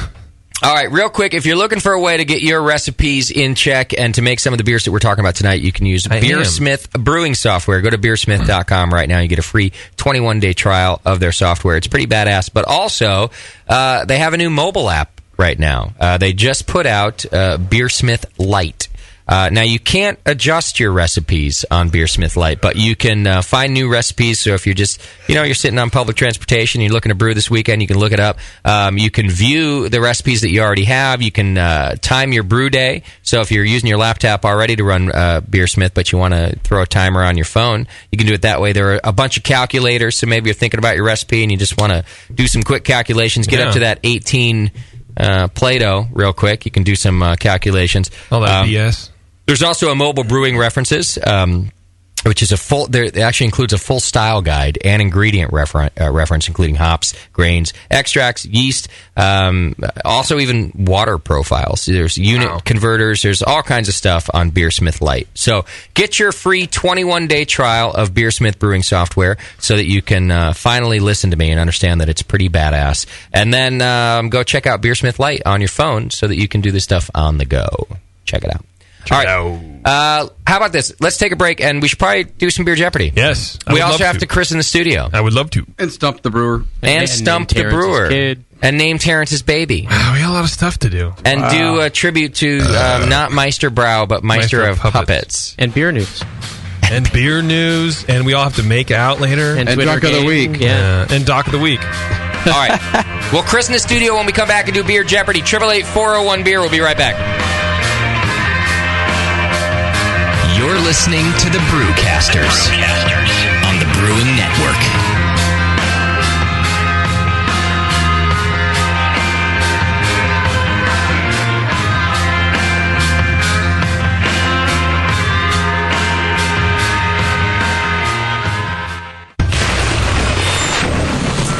Tonight is the night. We bring the creature to life, Dr. Blickmanstein? Yes, J.P. Gore.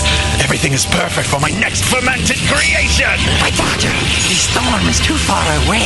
We'll never have enough power to isomerize the creature's alpha acid. Yes, J.P. Gore, we will. For I have in my possession the Tower of Power. Blickman's new Tower of Power is the evolution of automation. Control hot liquor, sparge, and mash temps like a pro. The Tower of Power is a high-quality gas-fired rim system that works with your current brewing setup. With ultra precision, the tower can hold your mash to 1/2 of a degree Fahrenheit. Precision and repeatability. The Tower of Power is the answer to automatic, fast ramp times. See more at BlickmanEngineering.com. Bring your next creation to life with the Tower of Power. Dr. Blickmanstein, with the Tower of Power, you can probably give me an afternoon at the pub to enjoy a pint. Don't be silly, J.P. Gore. We have beer to brew.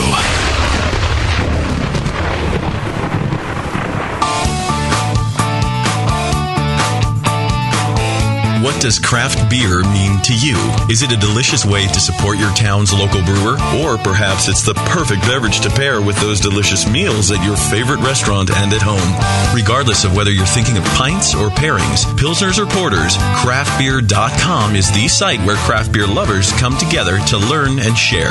Craftbeer.com is brought to you by the Brewers Association and celebrates the best of American craft beer and its brewers. Craftbeer.com is the best place to find craft beer events, recipes, great feature stories, the most up-to-date brewery listings, and resources for your next beer tasting or dinner, like style guidelines, pairing mats, and charts. Get the inside scoop on new beer releases and special events from today's craft beer insiders, and chime in to share your own knowledge, perfect pairings, road trips, recipes, and more. Craftbeer.com, celebrating the best of American beer. BN Army, HopTech has a great discount waiting for you. Do you often find it difficult to find specific specialty ingredients for your homebrew recipes? Well, listen to this. HopTech stocks 59 different grains to choose from, 39 varieties of pellet hops, and 8 kinds of whole leaf hops. And HopTech not only carries Y yeast and White Labs yeast for you, but also Fermentus, 04, 5, 6, 23, 33, and T58 Belgian yeast, plus Cooper's, Nottingham, and Windsor yeasts. Got your recipe ready to go? Pick up some great brew gear like new long and short sleeved shirts, games, and more. HopTech's new website is being updated every day with new items. If you don't see it, call the shop. They're open 6 days a week. BN Army and AHA members get a 10% discount, and active military personnel get 15% off. Visit HopTech.com today for great selection, great service, and a great discount. HopTech.com. White Labs, the leader in fresh liquid yeast, wants to hear from you. Announcing the White Labs Yeast Hotline. They invite your comments now. Call in and talk about your favorite yeast or your favorite beer to make with a White Labs vial. Call 347-MY-YEAST. Hi, I'm Neva Parker, Head of Laboratory Operations for White Labs. We make all kinds of yeast strains for craft brewers and home brewers. I want to know what your favorite White Labs yeast strain is and why you love it. White Labs brings your beer everything it needs for a perfect fermentation. Plus, check out whitelabs.com, the customer club, and now the White Labs hotline. 347-MY-YEAST. That's 347-699-3278. 347-MY-YEAST. And accept the invitation to talk White Labs yeast with Neva Parker herself. Call in now and tell me about your favorite yeast. White Labs. It's all in the vial. That's it. I've had it. I am never putting hops in my beer again. What? Why? It's just too ridiculous. Insane prices, stupid contracts, high shipping costs, crappy selection. Dude, you need Nico Brew. Nico Brew will rock your f***ing face right the f*** off your f***ing skull. $5 shipping to all 50 states. Plus fantastic international rates get you low prices on Nico Brew's great selection of hops and more. Whether you're a home brewer, a pro brewer, or a homebrew shop owner, Nico Brew can get you the hops you need in increments big and small, single orders, spot buys, or full contracts. And there's only one place to join the uber special secret elite bare bones club where you'll get the best deals anywhere. Holy f***ing shit! NicoBrew.com.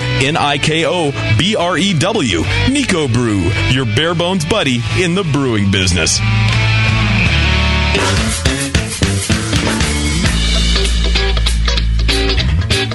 888-401-BEER. This is The Session.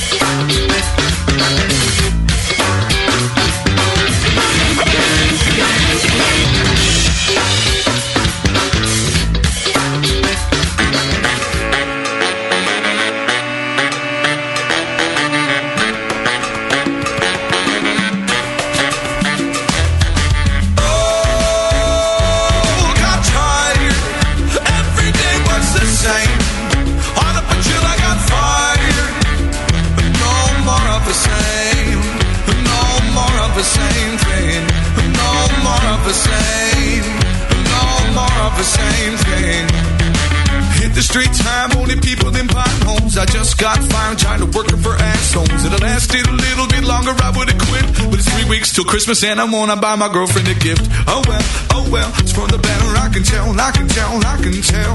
I guess I don't respond well to middle management. Most of them are spineless little bastards with the grudge against anyone like me who won't put up with an attitude. Monkeys pinching pennies telling me what to do. I'm tired of working for assholes. I'm tired of working for assholes. I'm tired of working for assholes. I'm tired of working for assholes. I'm tired of working for assholes. I'm tired of working for assholes. I could understand a little better if you're up in Trump Tower, but you're turning into monsters for $10 an hour. You're cowards. Like monkeys with whips, I make a buck less than you when you want me to do backflips. Nah, you're mistaken. Gotta bring home the bacon, but it's not worth the shit that I'm taking. The smiles you're faking. I'm sure I have my price, but it's more than $9.75. Oh, got tired. Every day was the same. All up until I got fired.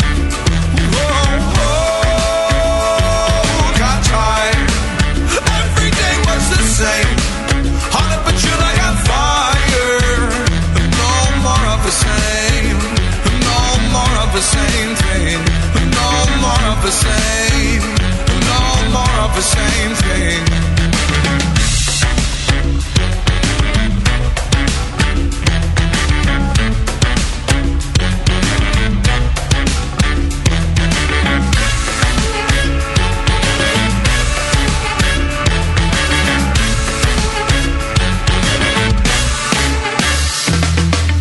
I'm too broke, but I need a vacation. I could save up some money, but I'm way too impatient. I know that a week in the ways within my reach. Cause Yankees got a buddy you can put me in a room on the beach. No fee, just food and gasoline, gasoline, gasoline. Just gotta hop a couple hurdles that could make it hard. A small check, insurance, register my car. I know I'll just put it on a credit card. Get a job, make minimum payments till the 2 were start. I'm tired of working for assholes. I'm tired of working for assholes. I'm tired of working for assholes. I'm tired of working for assholes. I'm tired of working for assholes. I'm tired of working for assholes. Freedom at last. I got a pack of cigarettes, a 12-pack of pants, and I'm set with the materials I need to forget. I told my girlfriend the news and she isn't even upset. She's the best, bless her little soul. When she gets home, dinner's ready and I'll pack her a bowl. I'll pack my lady a bowl. Got tired. Every day was the same. All up until I got fired. Got tired. Every day was the same. All up until I got fired. No more of the same. No more of the same thing. No more of the same. No more of the same thing.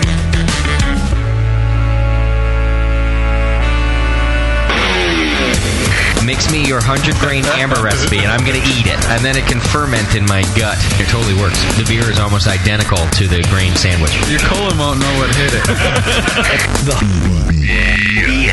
The home of live beer radio. TheBrewingNetwork.com. Because like beer, Radio shouldn't suck.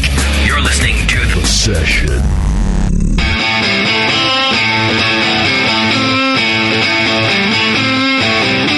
listening to the Brewing Network. Because like beer, radio shouldn't suck.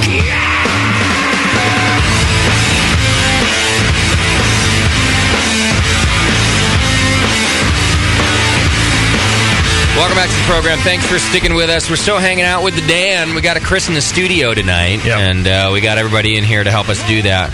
We're all going to drink from the Stiefel, the official Gordon Beer Stiefel. Which is on the webcam now. If you want What's that thing, 2 liters, Dan? It's a 2-liter.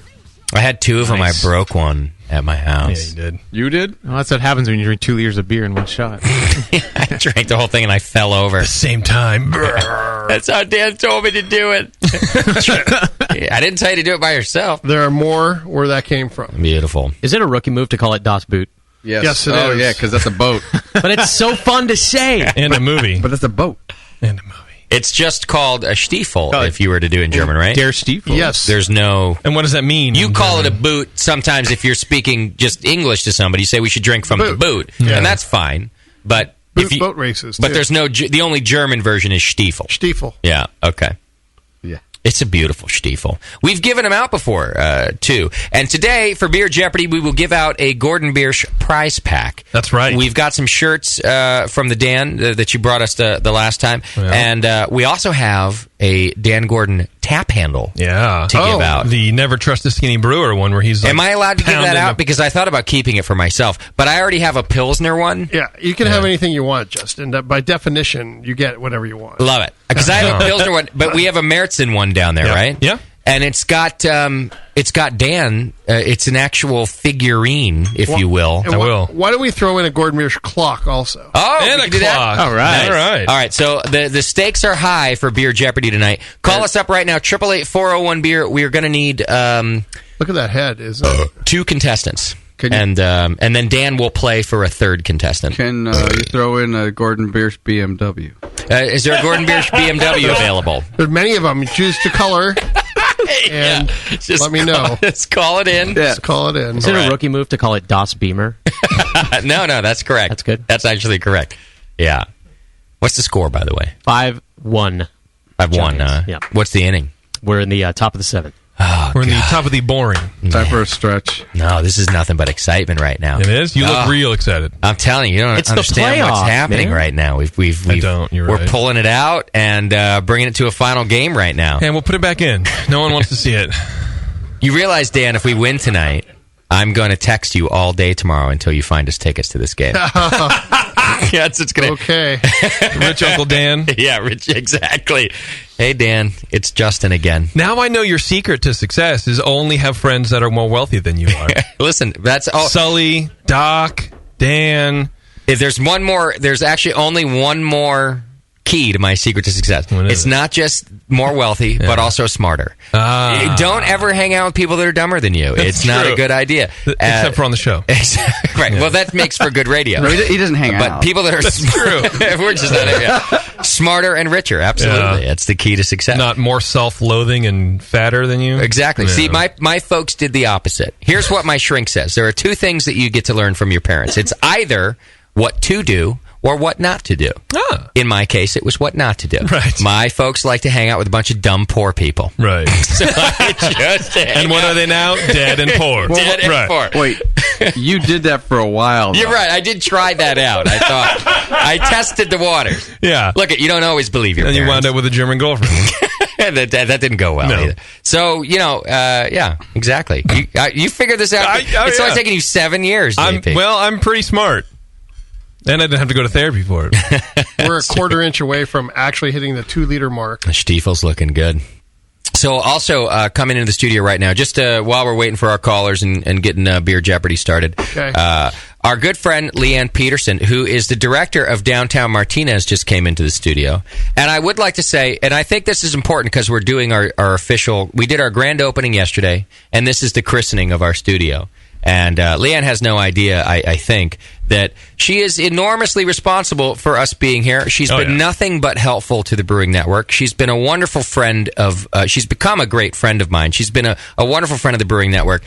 Anytime I screw something up, Leanne's there to fix it. Anytime I procrastinate too much, Leanne's there to help me out. Anytime the city becomes a little even too retarded for my standards, Leanne is there to help direct me in the right direction. Is she one of these smart rich people you're talking about?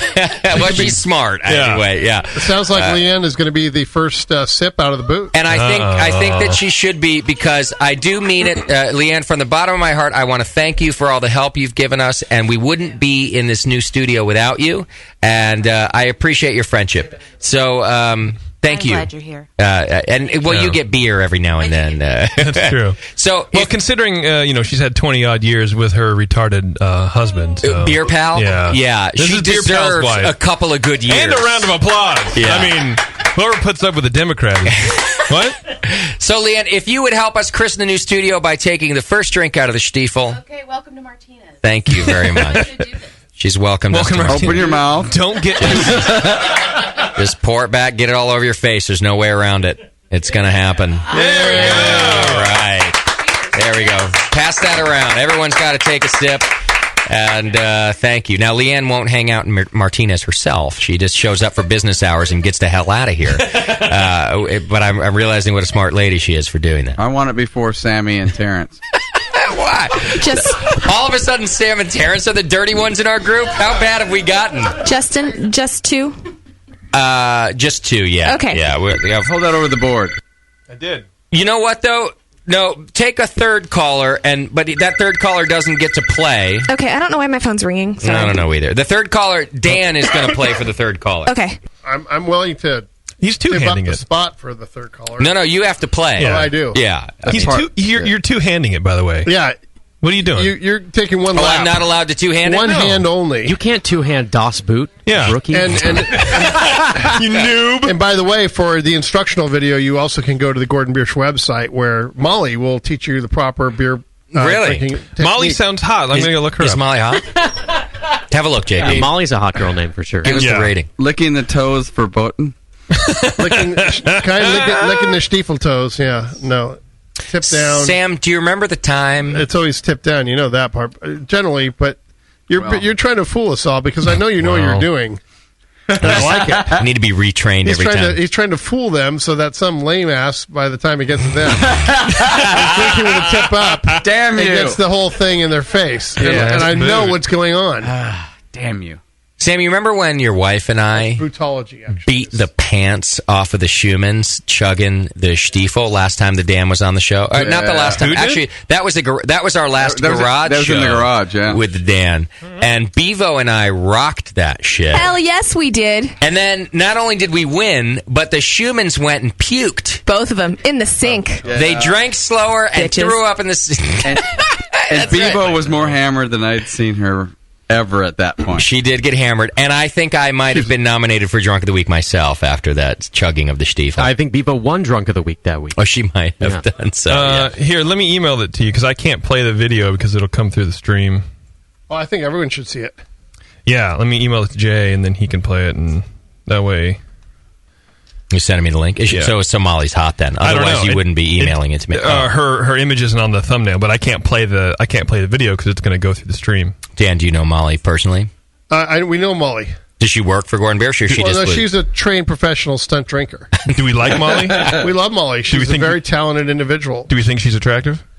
I think 100% of the male population will think Molly is attractive. All right. That's good. Them's good odds. I have to install a plug-in to watch it. It's not going to happen. Also, now because you said that, Dan, JP is going to be like, no, she's you can not play that it great, right through man. YouTube also. Go I'm to not into Gordon it. Biersch Brutology.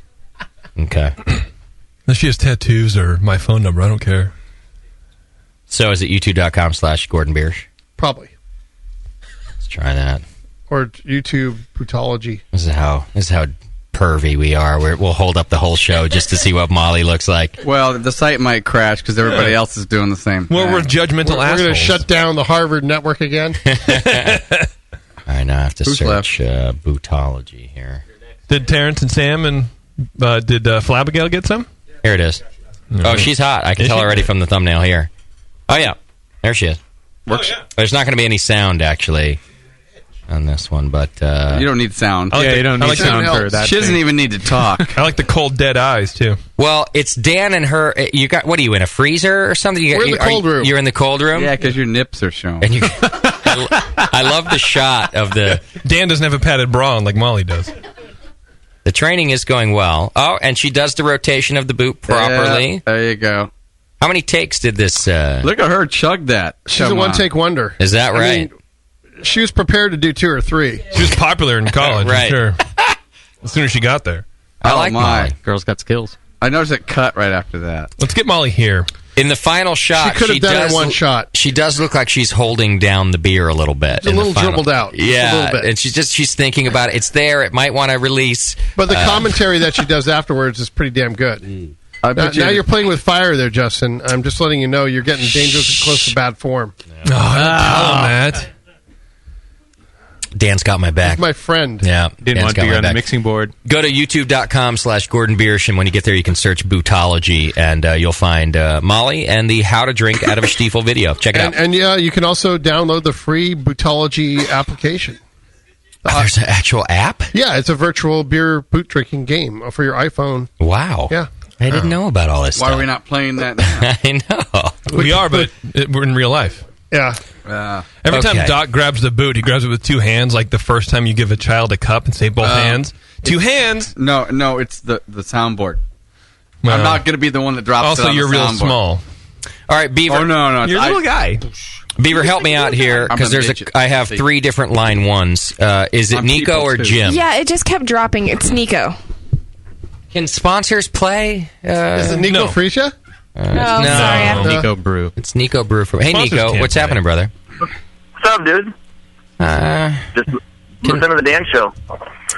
Oh, it's actually Justin's. It's the I Dan can't- Show I when you're can't here. take credit. Now, I guess Nico can play. Fuck it, right? Nico, are you going to accept your prize pack or give it to one of your wonderful customers? What depends on what the price tag is. I'll tell you is what. it from me or is it shit from someone else? Spoken like a true poor person. Well, here's They're the deal. outdated signs from Russell's Sign Shop. I would prefer. Yeah. Leanne, am I ever going to get my signs, do you think? You think I should show up and ask Russell for my signs again? He's probably listening. No comment. Somebody wrote in, because I posted about it on Facebook in an angry state, Yeah. and somebody said, you should go order a very expensive and large sign. And the sign should say, Sign Solutions sucks dicks. And make them print it out. And I would pay for it. Oh, yeah. Because the joke would be worth it. Right. He wouldn't even understand it. He wouldn't even get it. Nico, here's the deal. I would prefer that the prizes go to a listener. So I will allow you to play if you will donate the Gordon Biersch gift pack to one of your customers or a listener. Otherwise, I'd like a listener to play. What do you think? Sure. Yeah, that's cool. Okay, so what do you want to do? I don't give a fuck. Do you want to give it to one of your customers, or do you want to hang up and we'll take a listener? Yeah, we'll give it to a customer. Okay, perfect. It's going to be some shirts and a Gordon Biersch clock and some things like that. So it's just a cool Gordon Biersch prize pack, and I think it should go to a listener. So, all right, Nico's in. We'll do that. Let me figure out how to do this again. Yeah. I just want to point out we're getting to the point where in rules of bootology, once you can lay the boot over on the 2 fingers, the next person has to drink it out. So if I get it to the point where it doesn't overflow after laying it on 2 fingers. Oh, I see. You'd be on Really? the hook. I can do it. Is there a I'll do penal- it in like 3 So seconds. you put two fingers on the table, and if it lays over... Yeah. Is there a It'll be against penalty? fingers. Is there a penalty for you trying that? Yeah, And if you- I screw up, if I pass it over to him and it isn't, and I call him out on it. I see. But He has to obviously, finish. I'm going to hit the level. I mean, if I then don't hit it's- the level right now, I'm not worthy of my Right. title as a German trained brewing engineer. It's true. Yeah. So you're- let's give it a shot and see what happens. Okay. Yeah, I'd hate to have to call into question all your heritage. That would be terrible. All right, so Dan's doing it, and he's getting it down to the 2 feet. He's doing well. Like a pro, like a boss. I gave you a gimme. Wow. And so That's an easy JP's one. got Not to finish this. You now have to you- finish. Well, you should lay it down to prove it, but I promise you it's fine. Oh! No, you can't do a gravity feed, man. Well, I don't know. You tell me. Lay it down. I think it's proven. I saw it go to the Like that? edge. And how close is it? I gave him a lot of breathing room. That's pretty close, man. That's like 1.5 inches. But it's good. so now it's you're yours. on the hook. And now you have to finish it. I have to finish There's this. a song that Yeah. goes along with it. Now, God, I don't remember how to do this. How do I finish this? you saw the I know- video. Well, you got to turn the. I wasn't looking at the video. I was looking at the Trained lower them all. quarter of the Should video. we review the video one more time? Do you want to see the video again? No, I think I can figure it out. I mean, basically, you just turn it as you're drinking. One hand right? only. One hand. What's the song that goes along with it? It's Ein Present? the Stiefel must die is what it's called. Oh, we don't know it. I don't know No, if we're it's going to in be able German. Stiefel muss sterben. It's noch so jung, so jung. That's the way it goes. to. So will you do it while he drinks? 'Cause I don't know if singing. we're all going to learn You know, it. I go get my trombone and we Plus, I don't know how comfortable Scott and Terrence are going to be while that song's going on. Yeah, this is how the Germans pay tribute to an institution. It must die. Right. Okay. Here's this fun thing, and we must kill it. Yeah. It's not the kill the booth. Let's. not the Germany I know. I can do it. I think I can do it. I'm happy for I think I can Terrence. do it, right? I'm happy for Terrence that he's never had anybody lumped in with him before. It's always just been us making fun of Terrence. And now, finally, he has Moscow. All right, Hey, go. they killed a lot of Greeks, too. All right, JP, it's all you, buddy. All right. He's starting out with an already tilted boot, and he's rotating the boot upward. JP is a good chugger. I got to give him that. He's never failed in the chugging department. Yeah. All right, I want to thank everyone for letting me drink their backwash. Right. And Studio Double D is now christened. All right. There we go. We're in business. Now you're stuck with us, Leanne. Oh. Yeah, at least until the rats drive us out. We're here for a little while. All right, we've got Nico on the line. It looks like I have Theo Brew. Also, Theo Brew, what's happening, buddy? Hey, you got Nico. Are you ready to play Beer Jeopardy with us? I'm a little drunk, so maybe. Drunken Beer Jeopardy. Yeah, he's going to be a great... do better than ever. It's going to be highly competitive, Dan. I'm sure of it. Talk about Jeopardy. Okay. And then Pies is on line 3. Pies! Here's what's going to happen. What's up, bitch? Dan, you're going to play for Who Ate All the Pies. Pies, what's happening, buddy? I'm just hanging out at home. Mince pies and a couple of kids here. Okay. Who mellowed Pies out? I don't know. I know it happened. A couple of Vicodin and a kid. Is home in New Zealand or Australia? No, Australia. I just... No, I had to be a bit more, sensible now that everyone's home. I'll tell you what. I'm going to give you guys the choice. Pies and Theo. Here's the deal. Dan is going to play for one of you, and the other one is going to have to. You're going to actually have to play with yourself. Theo, would you like the Dan to play the game for you, or do you want to play your drunken self? If Pies wants to play, I will let Dan play for me. Pies, what do you want to do? You want to play, or do you want the Dan to play for you? After play. Well, I've already kicked Theo's ass in fantasy football this week, so I might as well take on Dan now. Okay. All right. So Pies is going to play. Theo, I'm going to drop you on the line, but the Dan is your man, and if the Dan wins, you're going to get a Gordon Biersch prize pack. Dan, don't let me down. No, we just changed the topics. The first one is National League Baseball Championship Series for 50, please.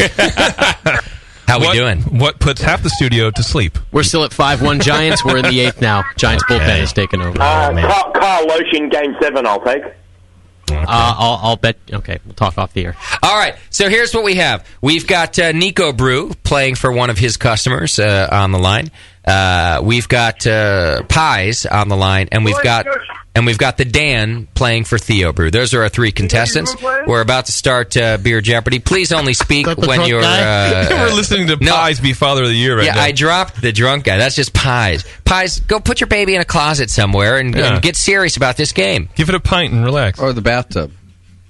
All right. 2 inches under. I'm here. I had a traditional bock, and I've got like a Imperial IPA now, so I'm going all right. Okay. By the way, don't forget, coming up a little bit later, we're going to name Terrence's baby. That's right. So, Terrence doesn't even know that. That's happening. How about we name it Dingo? All right, y'all remember how the game goes. What I have in front of me are 4 categories of Beer Jeopardy. Each one. Already going. Pies, shut everybody up that's in your house.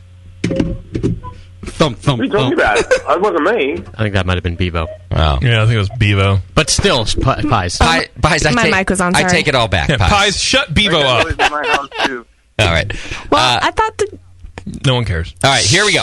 So I've got 4 categories. Each one has 4 questions worth 100 through 400 points. Moscow will be keeping scores. You'll each have to buzz in. Dan, what's your buzz? Have you? Okay. That's Dan's buzz. No, I think he was thinking. No, that was my buzz. Nico Brew, what's your buzz today? Avada Kedavra. I didn't even understand it. No, but we don't have time for that. That's a classic Pies buzzing. You might want a shorter it's one. Avada Kedavra. It's the killing curse from Harry Potter. Oh, Jesus. And I love you, Pies. You are rad. That was Nico Brew. Yeah, that was Nico. Nico, I love you even more. Pies, you're okay. I love you too. All right, Pies, what's your buzz in? I mean, Pies, I'd kiss you, but, you know.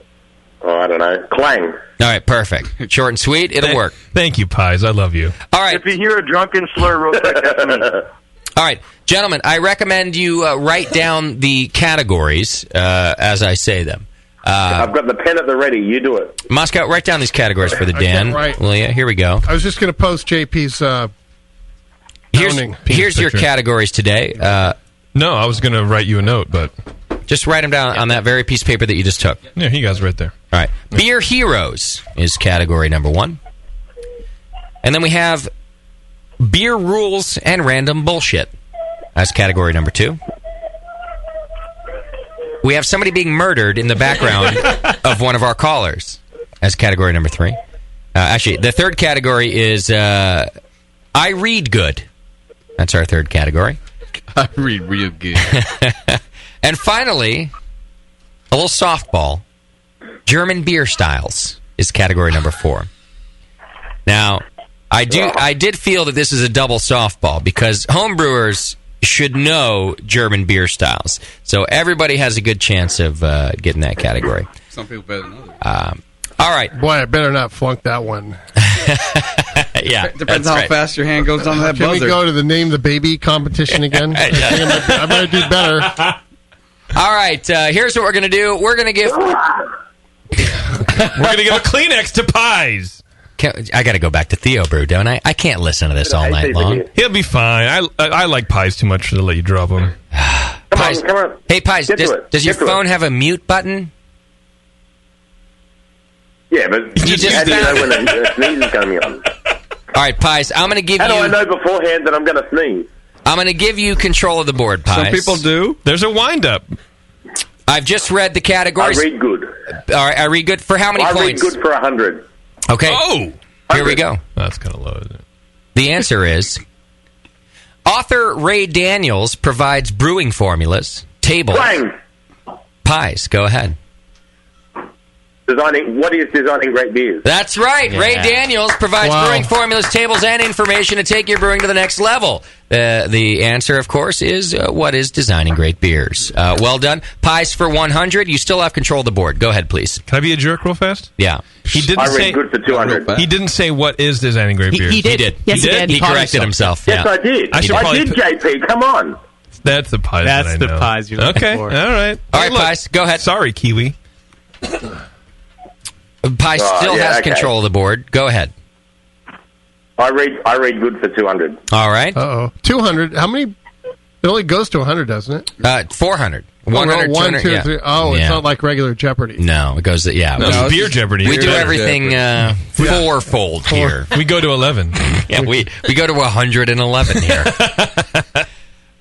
Okay. The answer is a best-selling and trusted homebrewing guide that instructs with instructions, recipes, charts, and guidelines by author. Godiva. Go ahead, Nico. What is How to Brew by John Palmer? That is not right. The remainder of the question is, and you're wrong. and guidelines authored by Charlie Papazian. Playing. Go ahead, Pies. The new joy of homebrewing. Try again. Make sure to answer Or a the question. joy of homebrewing. Godiva. What is the joy of homebrewing? Nico, go ahead, please. The complete joy of homebrewing. In question form. What is the complete joy of homebrewing? Thank you, retards. Nico for 200 That's points. not a complete answer. It's the new complete Thanks, joy Pies. of homebrewing. No, it's what is the complete joy of homebrewing. There are two of them, and we will accept You're right. both. So we'll give that to Nico. 200 points for Nico, and he has control of the board. Go ahead, please, Nico. Beer hero, please, for 400. Okay, going for the big question. The answer is an order of Benedictine monks who occupied the abbey atop Nairburg Hill. Started, go ahead. What are the Cappuccinos? I'll finish the question. They started around the year 1020. They're responsible for the creation of this brewery. What is Weinstefan? There we go. 400 points. The Weinstefan Brewery. Well done, Dan. 400 points. Dan has control of the board. But those are the monks, though. It's kind of nice. You did have both of that, right? That's true. Let's stick with monastery questions. I'm pretty good at those. All right. It was what you're getting beer heroes questions, so they're not necessarily. I know, monsters. but I want to just change the rules. New category. Yeah. We'll fill out a blank check and we'll talk. Right.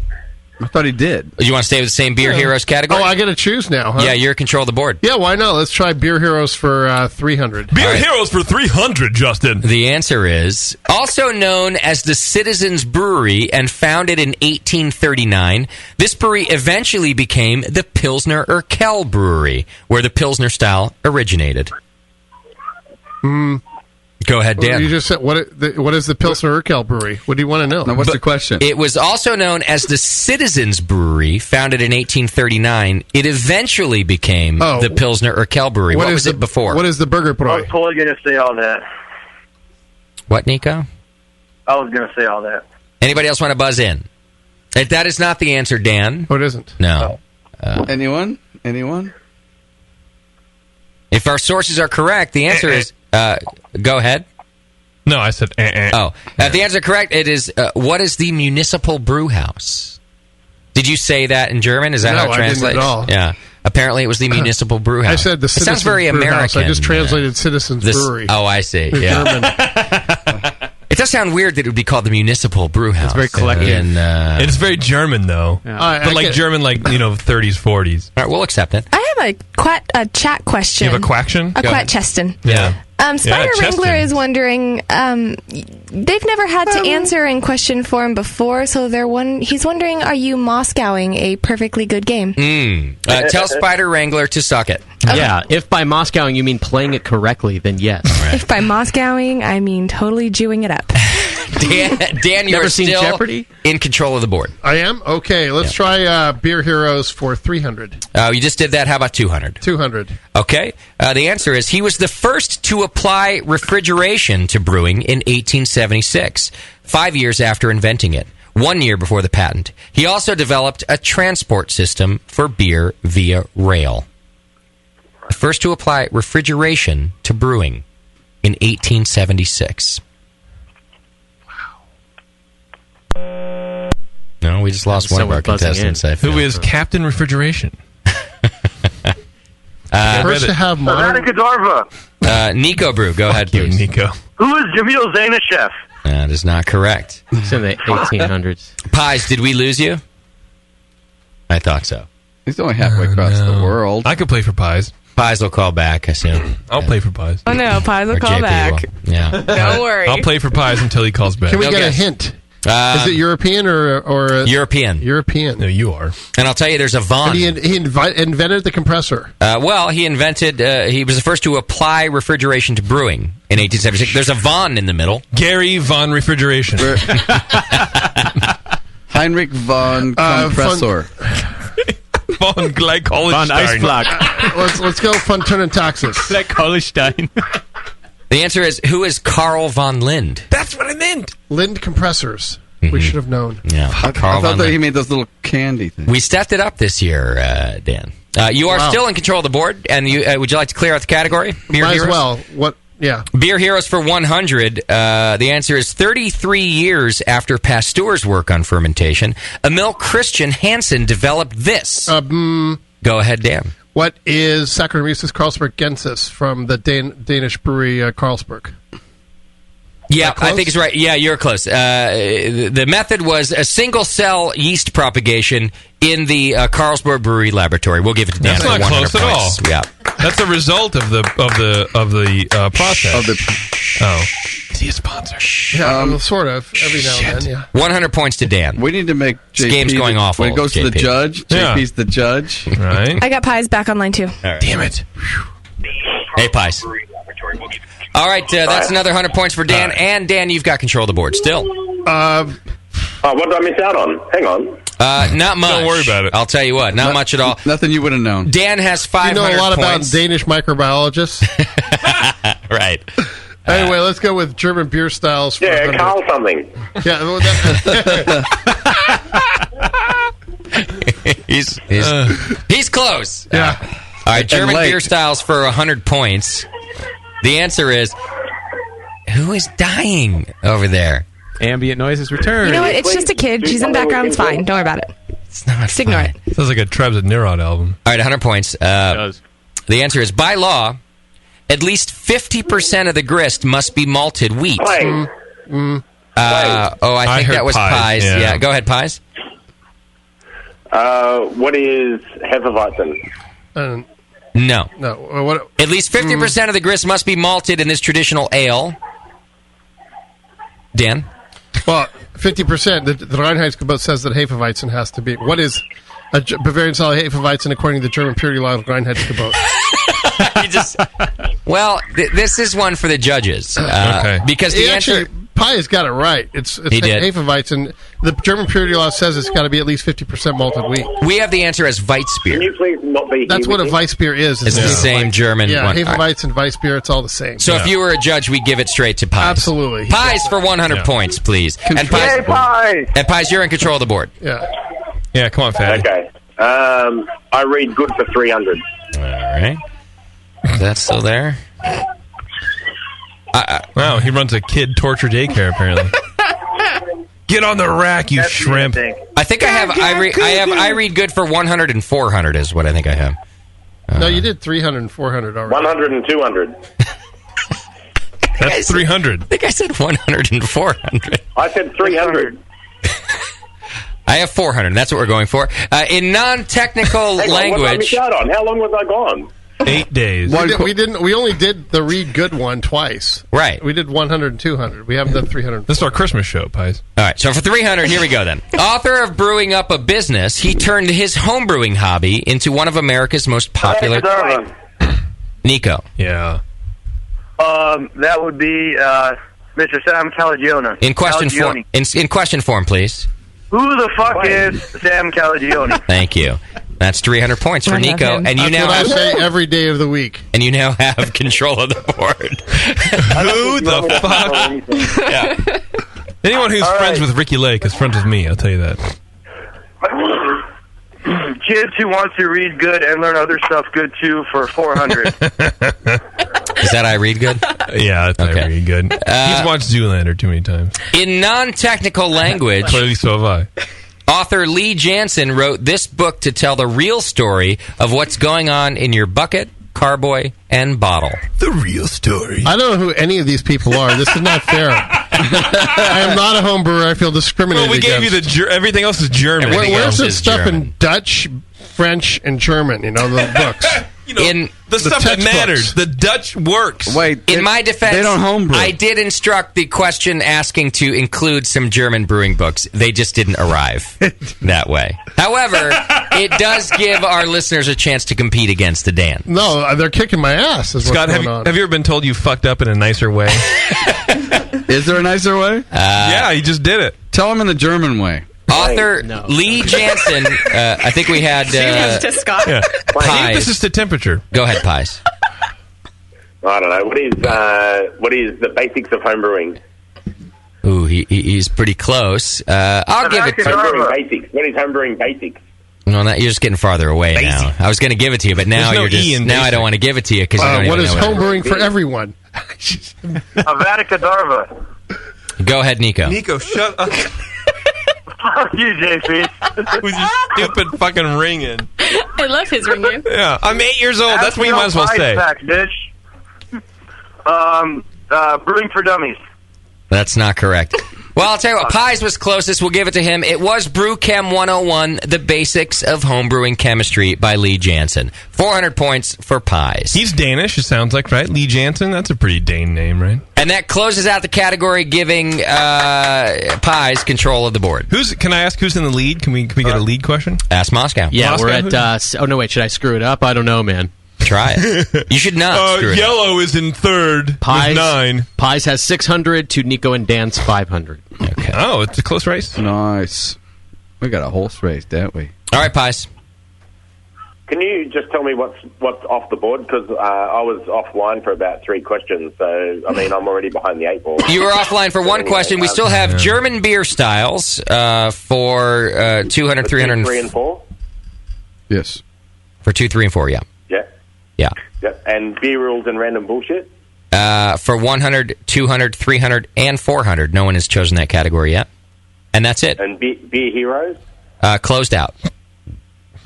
Oh, okay. All right. No worries. I just got to mark it down on my board. All right. Great. Beer rules and random bullshit for 100. All right. For 100 points, the answer is the principal foul in the Stiefel game that warrants a penalty?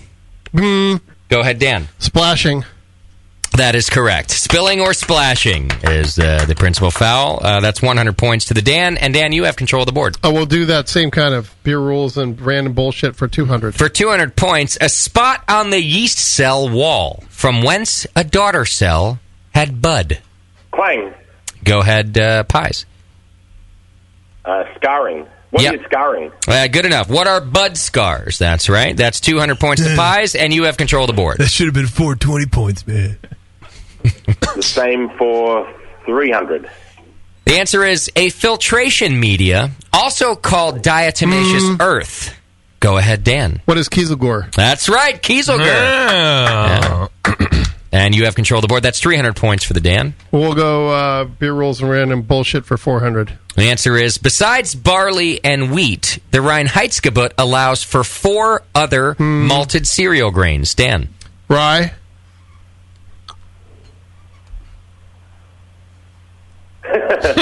Barley, malted barley, rye, and wheat. It's besides barley and wheat, there are 4 other malted cereal grains. Rye is malted one of them. cereal grains. Yeah. That's the only other one that I'm aware of that's allowed. There's only 3. Okay. I mean, I'm assuming that nobody else has an answer for this either. Then we could go through it with Dan and see if it's correct or not. Right. Go. Well, let's see if Pies has other answers, and then we can talk. Pies, go ahead, please. What is spelt? Is that also a malted cereal grain, Dan? I'm not aware you can malt spelt. I think you can. I think you can also. It is a cereal grain. It's one of those the 7 cereal grain packages. What was the next one, From Pies? the Fertile Crescent. Oats? No. Yeah, no. You can malt sorghum, but it's not listed in the purity law. I have rye, spalt, emmer, and triticale. Never heard of those. Well, doesn't mean they don't exist, Dan. True. And apparently they are the exceptions in the Reinheitsgebot. No points for anybody. You got me on that one. All right. Stumped. I feel worthless. There is some further description here, but I think it doesn't matter. Pies, no points, but you still have control of the board. What we have left is German beer styles, 200 through 400. That's it. You talking to me or Dan? Because Dan got the 300 one, so I think he's got control of the board. Oh, yeah, we lost the 400. I guess German beer sells for 200. For 200, here we go. The answer is the presence of Munich and or Vienna type barley malts give this style a deep... Go ahead. Märzen. No. Vienna. A deep, rich barley malt character. And bottles with yeast are traditionally swirled or gently rolled prior to serving. Go ahead, Pies. What is Dunkelweizen? That's correct for 200 points to Pies, and you have control of the board. Did Nico die? 300. No, I just suck at this game. He just said his spell incantation wrong. That's all. Okay. For Turned himself 300, into a penis. the answer is a Dunkelweizen made with rye rather than wheat, but with a greater body and light finishing hops.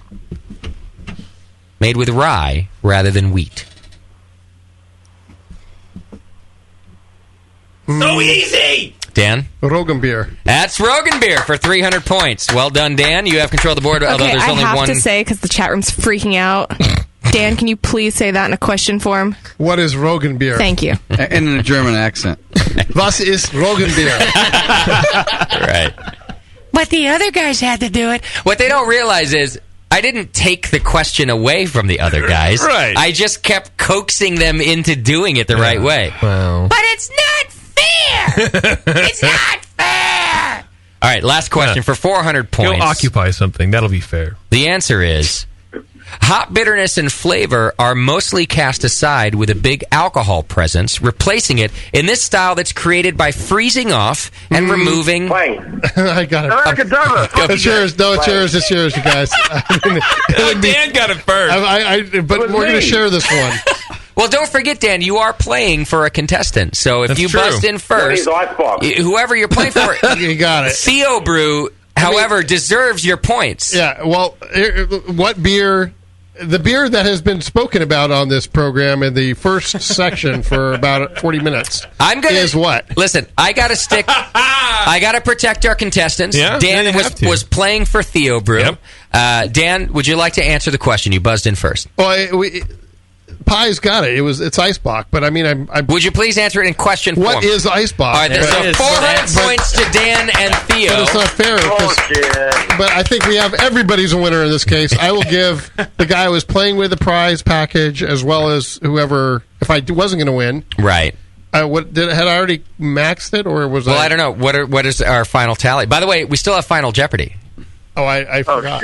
And also keep in mind, Dan, that Pies lives in Australia.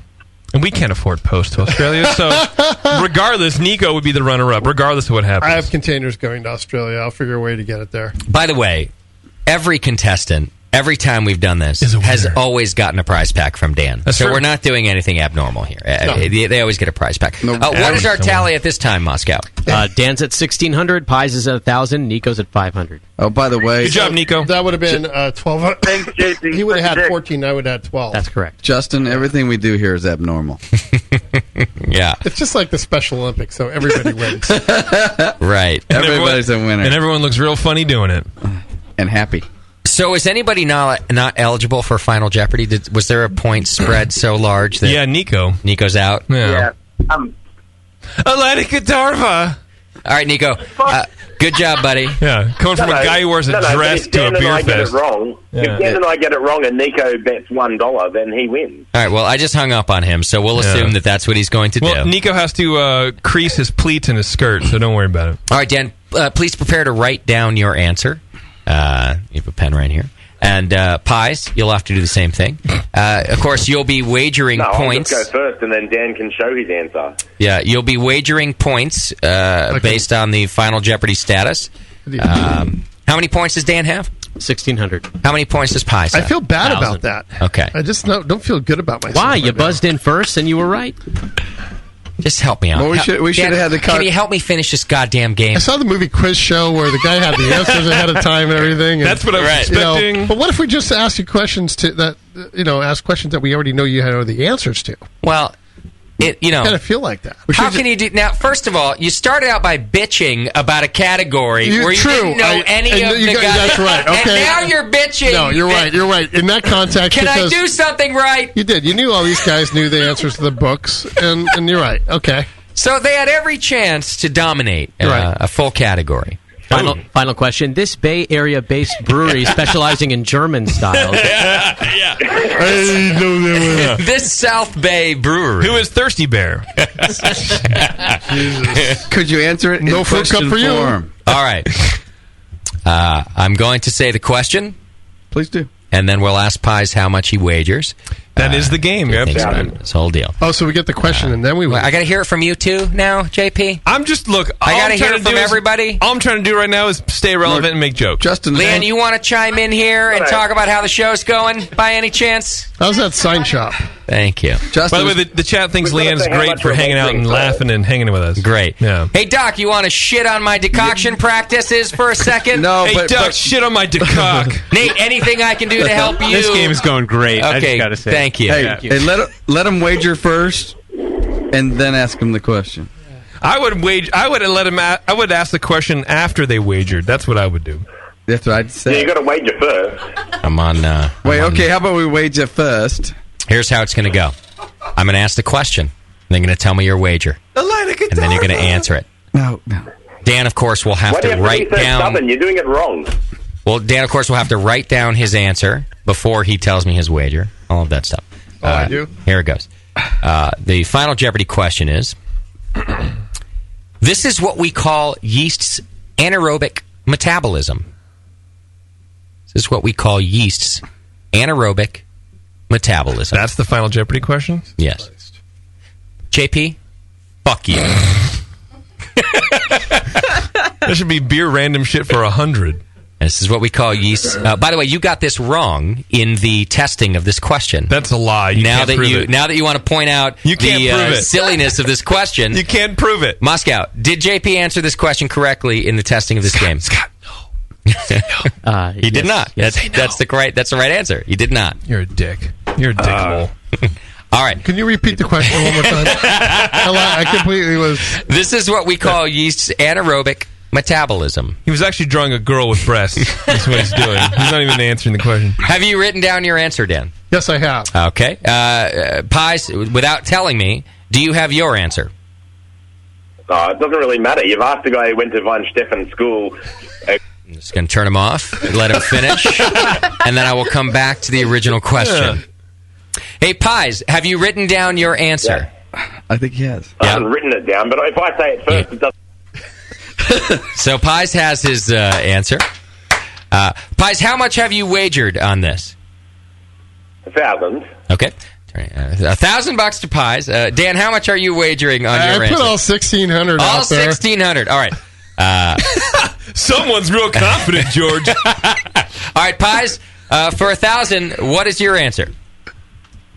Can you repeat the question, please? Oh, Jesus. I'm going to go hang out with Russ tomorrow over at Sign Solutions. Stare at people who come in. Miss me and Russ, we're going to sit and stare at everybody all day. That's what I do when high school gets out and they walk past my house. I'm starting to understand how he ended up that way, because fuck all this. Working sucks. He's just hanging out and staring at people. I get it now. Pies, what is your answer, please, for 1,000 points? What's the question? I thought you wrote it down. Yeah. No, but it takes longer. He's all the way over there. Something about anaerobic. All right. Anaerobic metabolism of yeast. I'm going to read the question. You're going to give me an answer, and that's the way it's going to go. Right. And if I read the question and there's no answer, there's going to be a big fuck off and a hang up, and Dan will win. So here we go. This is what we call. Shut up. Shut the fuck up. And listen to me. Why are you looking at me? This is what we call yeast's anaerobic metabolism. Go ahead with your answer, please, Pies. What is lag phase? That is not correct. Dan Gordon, for 1,600 points. What is alcoholic fermentation? That is correct. The Dan wins it. All 1,600 points. Pies, I'd love to come back and hear you, but I don't want to hear you. You've lost, and you deserve it. Final score, Dan 3,200, Pies 0. And Dan wins for Theo Brew, who will get an extra super prize pack. But all of our contestants I'm today... sending something to Australia, too. If we can get the address, Pies... We will. He's a good guy. He's a good guy. Pies will get a prize pack. Nico will get a prize pack. And an extra super double prize pack will go to Theo Brew, who, by the way, is a minister who calls in drunk every week. Just in case that means anything to you, Dan, now you know. That's the kind of religion I want to be part of. That's the guy that you just won for. By the way, the score of the Giants game, 6-5 now. No, that is a lie. Sergio Romo, 1-2-3 ninth. It is 6-1 final score. Just trying to JB just looking for that one extra thing to put me over the edge. Well, I want to see you snap. Yeah, Romo gave up a 5-run home run. I thought he was a quarterback. That's Tony Romo. Right. That's exactly and he shouldn't be playing baseball. One name per sport. I thought that was a ribs restaurant. Rainier right back in here. That's Roma's. Oh, that's Tony Roma. The place for ribs. Rainier right back in on the beer. The aerobic metabolism of yeast is what is necessary for growth and reproduction of the yeast cells. Thank you. That means with oxygen. What we would call propagation. JP probably got that right in the research session of Which would include the lag phase. Of this game. Research. That was the only question we researched. You get the lag. Hopefully when it's got enough air, it doesn't lag. When we come back, we're going to name Terrence's baby. Yeah! We'll also hand out Drunk of the Week, and then we're out of here. Hang in there. It's the session. You're listening to the Brewcasters. The Brewcasters on the Brewing Network.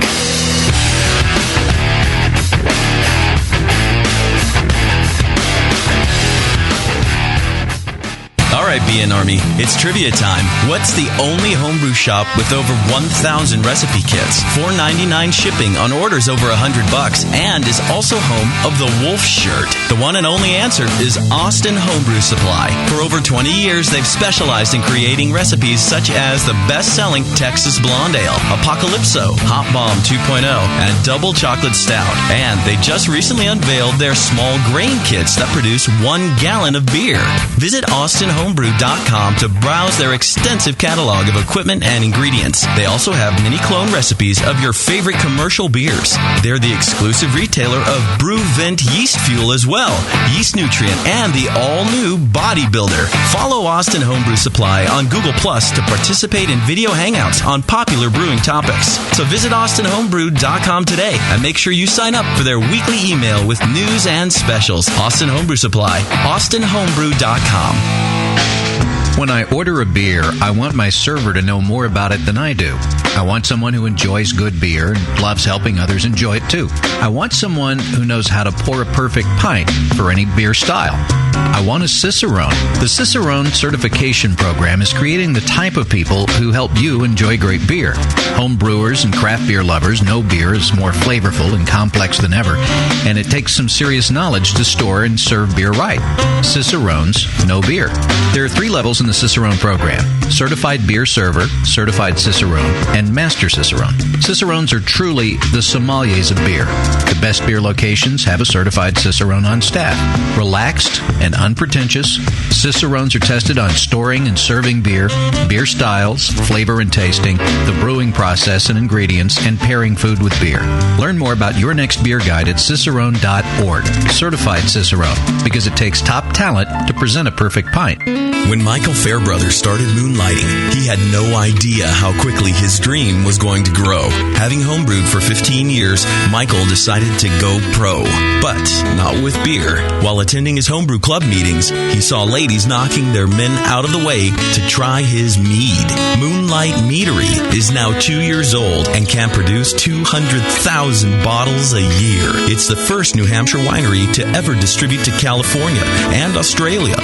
In fact, you can now find Moonlight Meadery meads distributed nationwide. And they ship direct, too. They produce 56 different varieties of mead and are unlike anything you've ever seen on the market. Michael Fairbrother at Moonlight Meadery is a real success story that can make the BN Army proud. Visit Moonlight Meadery in Londonderry, New Hampshire, or online at moonlightmeadery.com. Moonlight Meadery. Romance in a glass. Did you know the Brewing Network's very own Code Writin' Fool's son, Ryan Wolf, has opened a beer mecca in Missouri? The Wolfbrow House of Beer has hundreds of beers from all over the world and is conveniently close to I-70 in St. Peters. Free tastings, Saturdays 4 to 6 p.m., featuring special guests from local breweries. The best build-your-own six-pack around, with every style represented. And kegged craft beer available for your kegerator, too. There's always something new at the Wolfbrow House of Beer. New and hard to find beer every week. No 2 visits are the same, just like passing out at the Rat Pad. Hi, this is Ryan from Wolfbrow House of Beer. Mention the Brewing Network when you stop in for some cool free stuff. Mention JP for a swift kick in the ass. The Wolfbrow House of Beer. Beer with personal service from a member of the BN Army. This is Code. Visit my son's shop or I'll yank the BN website down. www.wolfbrow.com. Live Beer Radio, the Brewing Network. The Brewcasters. If you're just starting, don't be discouraged by all this stuff. It's so easy. Just throw it together. Put some sugar and some water and some yeast in there. Yeah. Beer. Brewing Network.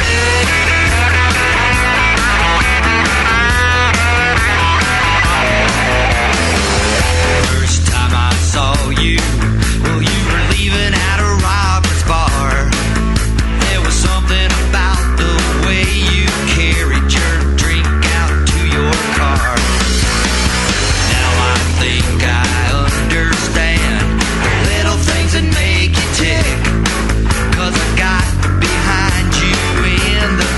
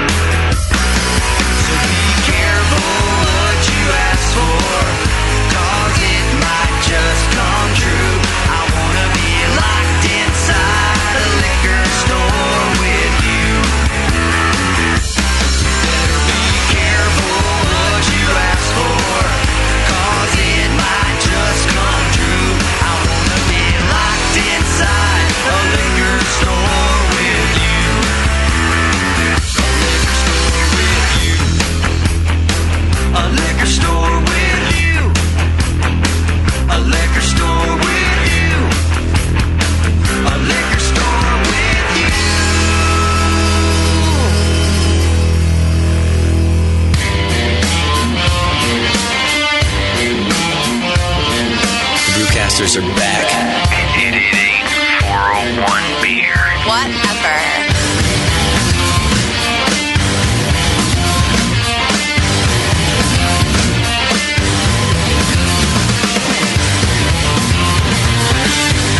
All right, welcome back to the program. Thanks for sticking with us. 888-401 beer. We'll take some drunk of the week calls. We got to get out of here soon. Ish.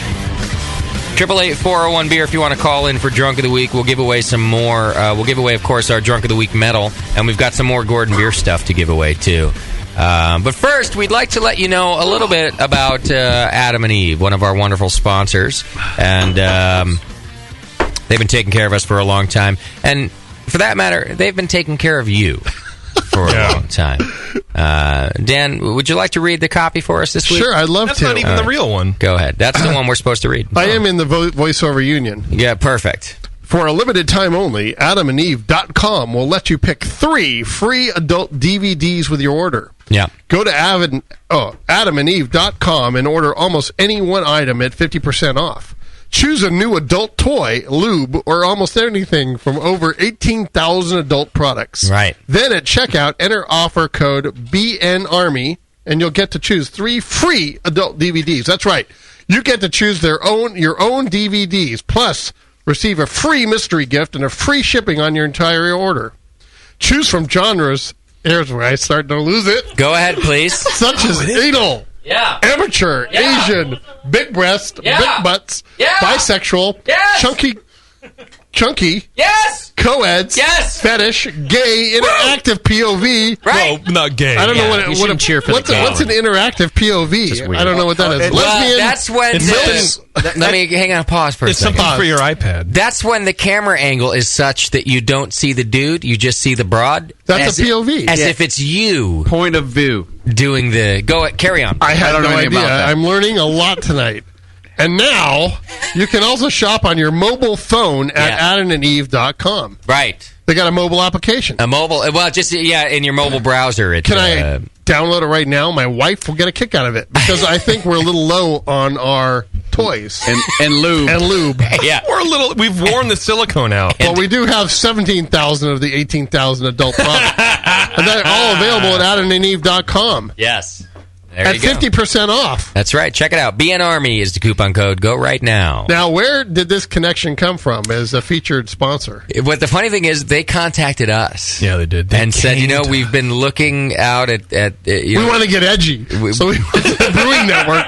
Yeah. Because we're not edgy enough. Yeah.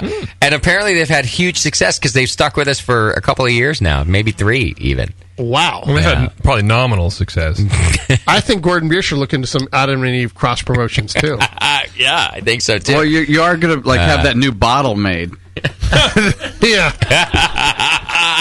Right. You're actually a provider of the product rather than a licensor. Wow. Yeah. It's a custom mold. I'm pretty sure that boot fits into some category of I think you meant sexual fetish. I'm just trying to figure out which genre is my favorite.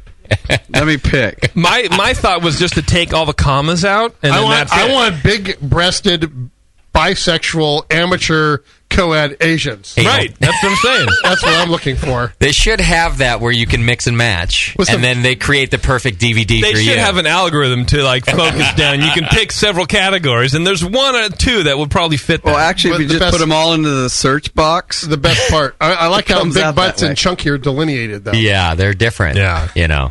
I don't know why, but they're different. Well, you're dealing with connoisseurs. Google has a great search algorithm. I don't see why there shouldn't be a porn algorithm. I am really happy I did There not is. bring my Dongle. 13-year-old daughter Well, here it's called tonight. Google. How old daughter? I always thought, Oh, yeah. Never bring her here. Never. Hey, Justin, they have Pandora. I'm thinking they should have one for porn. Right. And you can punch in. Oddly enough, it would be called Pandora, though. Pandora. Big butts, chunky, co-eds, fetish, lesbian, and it'll just throw up a stream of videos for you. Yeah. Yeah. And then it'll know what you like because of what you've been watching. And it Porndora. just throws the next one on. I said that like 2 I know, minutes I'm ago. repeating it for you. Intuitive programming. Porndora. AdamandEve.com. Yeah. I love it. All right, there you go. So go I check love it out. you. I love things. That's my first on-air commercial I've ever done. Shit! Your first live read? Glad we could break your cherry. Now the studio has been christened. With No, the actually, virginal I'm vocal sorry, blood. It's my first R-rated one or X-rated one. I was gonna say- I did one for Sleep Train one time on KGO. But Oh, you did. yeah, How'd that I go? can cut that out for your That was- reel it was if kinda you fun. want. Do it right now. Can you do it? Can you no, remember it? I'm a fan of Sleep Train. That's why I did it. That's why I bought my mattress. But Yeah, can you do it again? I got a stringent phosphor. You can take the mattress home, try it out. Yeah. If after 3 nights your back aches or whatever you say, Yeah. "Hey, I really didn't want that firm mattress," Right. you just call them up, tell them you want a less firm one, and they bring it in your house. Your ticket to a better night's sleep. No, that's mattress discounter. No, that's Sleep Train. Oh. But that's it's basically it was Train. like from the heart. So do they resell the mattresses that other people have been sleeping on? Yeah, to Adam and Eve. No, they just turn them over. It's a fetish. To kink.com. That's a new category. Used mattresses, anal, I think they have to. breasts. It's unfortunate. Well, I mean, heck, it's only been slept on Oh, 3 1 or 2 nights, yeah. nights. Yeah, There's a lot of things that can I think happen you in have 3 a month nights. though to have it returned. But the nice part is that they'll schlep it up the 4 flights of stairs and take See, your. that's nice. Do they make Yeah. the bed Oh, that too? is nice. Yeah. Get all back the way it was? See, when I got my Tempur-Pedic, it took me 2 weeks to break that fucker in. I was sore, but now I love it. I won't do it. So 3 nights, I would have given it back. Did you break it in? How'd just, you break just it by in? sleeping on Using it? or- AdamandEve.com. Yeah, no, I walked on it during the day. I didn't do. Did you break it anything. in solo? Yeah. No, I didn't, which was unfortunate for It's me. memory foam. It doesn't work on force. It works on heat sensors. Well, That's what he It's did wrong. NASA That's why, space that's technology. why it took him a month to break it in. I tried to force it. You know, you use enough force, you're going to get the heat. Yeah. Oh, Jesus. stop. That needs to be a T-shirt. Well, Dan, if you would like I'm that sure it is. read for your resume, I'd be happy to cut it out and send it to you. That's You a know. T-shirt with a picture of Bevo over it. If you use enough force, you get enough heat. I think it would be fun to get the video of this and we can throw it up on the Gordon Biersch website. That's one section. If the camera was rolling. Yes. Oh, it was rolling. It was rolling. Yeah, All right, good let's take a black couple Drunk of the Week calls, then we're going to name Terrence's baby, and then probably do some beer news. Real quick, Reaver in New York. Go ahead, Reaver. Reva damn near killed him. What's happening, buddy? Oh man, doing pretty good. Great. Well, you know, this is radio and we don't like dead spots, so keep slurring. Well, I did burp, but I guess you guys can't hear it. No.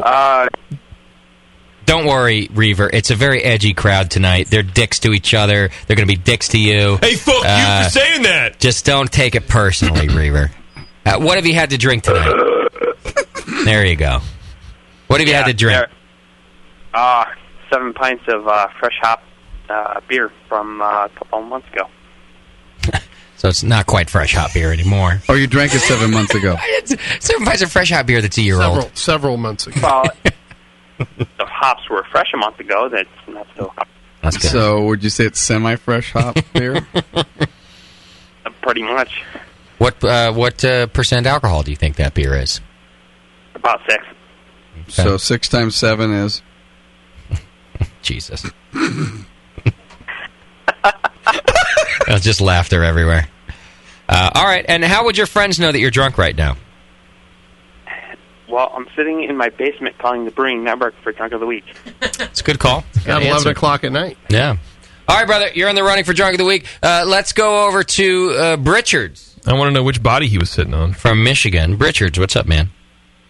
How's it going? You were going to say the N-word. He dude. held himself back from the N-word. Totally did. What a loser. We heard that. Yeah. I'm going to put that on his resume right now. He couldn't say the N-word. Almost said N-word. All right. He probably saw Terrence on the video real quick, and he's like, oh, I better not say it right now. What's some no shit? Sorry, Terrence. How drunk are you, Britchards? No, not drunk enough to say the N-word. I'm drunk to where I'm glistening. I'm breathing heavy and I'm a little chubby, but I could probably still, impress some people. I think I still got some stuff left in me, but I've been giving it hard all day. I've been going for about 11 hours. I don't think I've drank anything less than like an 8.5% beer all day long. Okay. And I threw it. All right, you're in the running for Drunk of the Week. Let's go to Jessica on line 3. Jessica, what's happening? Hey, what's up, man? How are you? I'm doing awesome. How are you? I've been better. I'm sorry to hear that. Yours have been worse, though. That's true. Are you drunk, Jessica? I am well drunk, yeah. Where are you, Jessica? I'm in Oklahoma City. Oh. Yeah, we started about noon today, about the time that I love Arizona. football kicked off, so, yeah. Not close to Oklahoma City, though. Oh, it's not? No. I love Hawaii. Yeah, Hawaii's great this time of year, I think. So what have you had to drink all day? Let's see. Okay, I've had about, 4 pints of brown ale off the homebrew tap. And then the husband and I split Supplication, a bottle of that. All right. Nice. Which is delicious. Yeah. And then we Damn split a right bottle it of is. wine with dinner. And now we're back to the homebrew. So, yeah. And how would your husband know that you're drunk right now? What behavior happens? Spread them. Well, he'll probably get a... Wait, can I say that? He'll probably get a blowjob later, so that's how he'll know. Wow. She wins. Yeah. That's he's good. He's like, We have a winner. wow, you're drunk. You haven't done that since you were drunk. Yeah. Hey, that word "probably" kind of bugs me. Could you just take that out of the conversation? Can you that's commit? Fair, that's fair. He'll definitely get one. There you go. Yeah. Commit to the poor bastard. How long you been married? 2 3.5 years now. 3.5 years. 3.5. Yeah. Can you count the amount of times he's gotten a BJ in those 3.5 years on two hands? Oh, on two hands? No. You don't use two hands? Okay, well that's good. No. All right. Good, She meant good. only one. No, we got to have more than that. She has a BJ abacus, actually, that she just... Well, yeah. Two hands and a foot. Wait, I and know what the man likes. So. And you're married? Oh, I'm definitely married. Oh. I'm thinking newlyweds, actually. Because usually blowjob and marriage, it just doesn't go together. No, we've been together for like over 10 years. And- So- wow. Yeah. And it took him... What's wrong that he took him 7 years to commit to you? What's wrong with you? He has a penis. What's wrong with me? Yeah. No, we started dating really young. Like how young? Like 19. When did the blowjob start? Really young. Like at 19.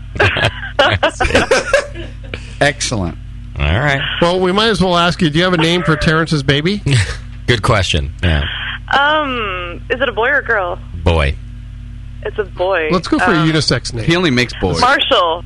Marshall would be a great name. Marshall. It would be if it didn't suck so much.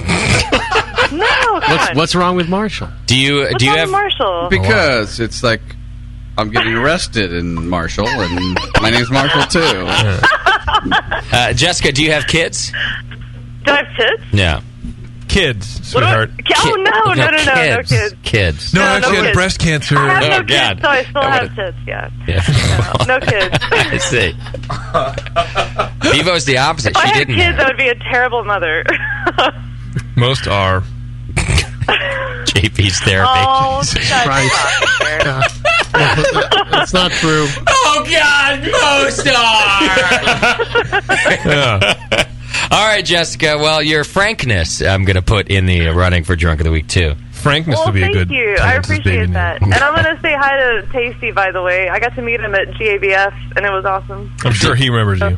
Did he molest you in any way? Of course he did. Yes, I totally appreciate it. Okay, good. As long as it was a welcome molest. All right, Jessica, you're in the running for Drunk of the Week. Woo! Okay. You know, one day he's gonna meet the girl who has a repressed memory of their grandfather raping them or touching them in Oh, my some God. foul way, and he's gonna grab side boob, and she's gonna freak out and stab him in the throat with a pin. Who are we talking about? Yeah, Nicole. Oh, man. The way he grabs onto girls, I don't know. I think it'd be funny. There's some grabbing. Yeah.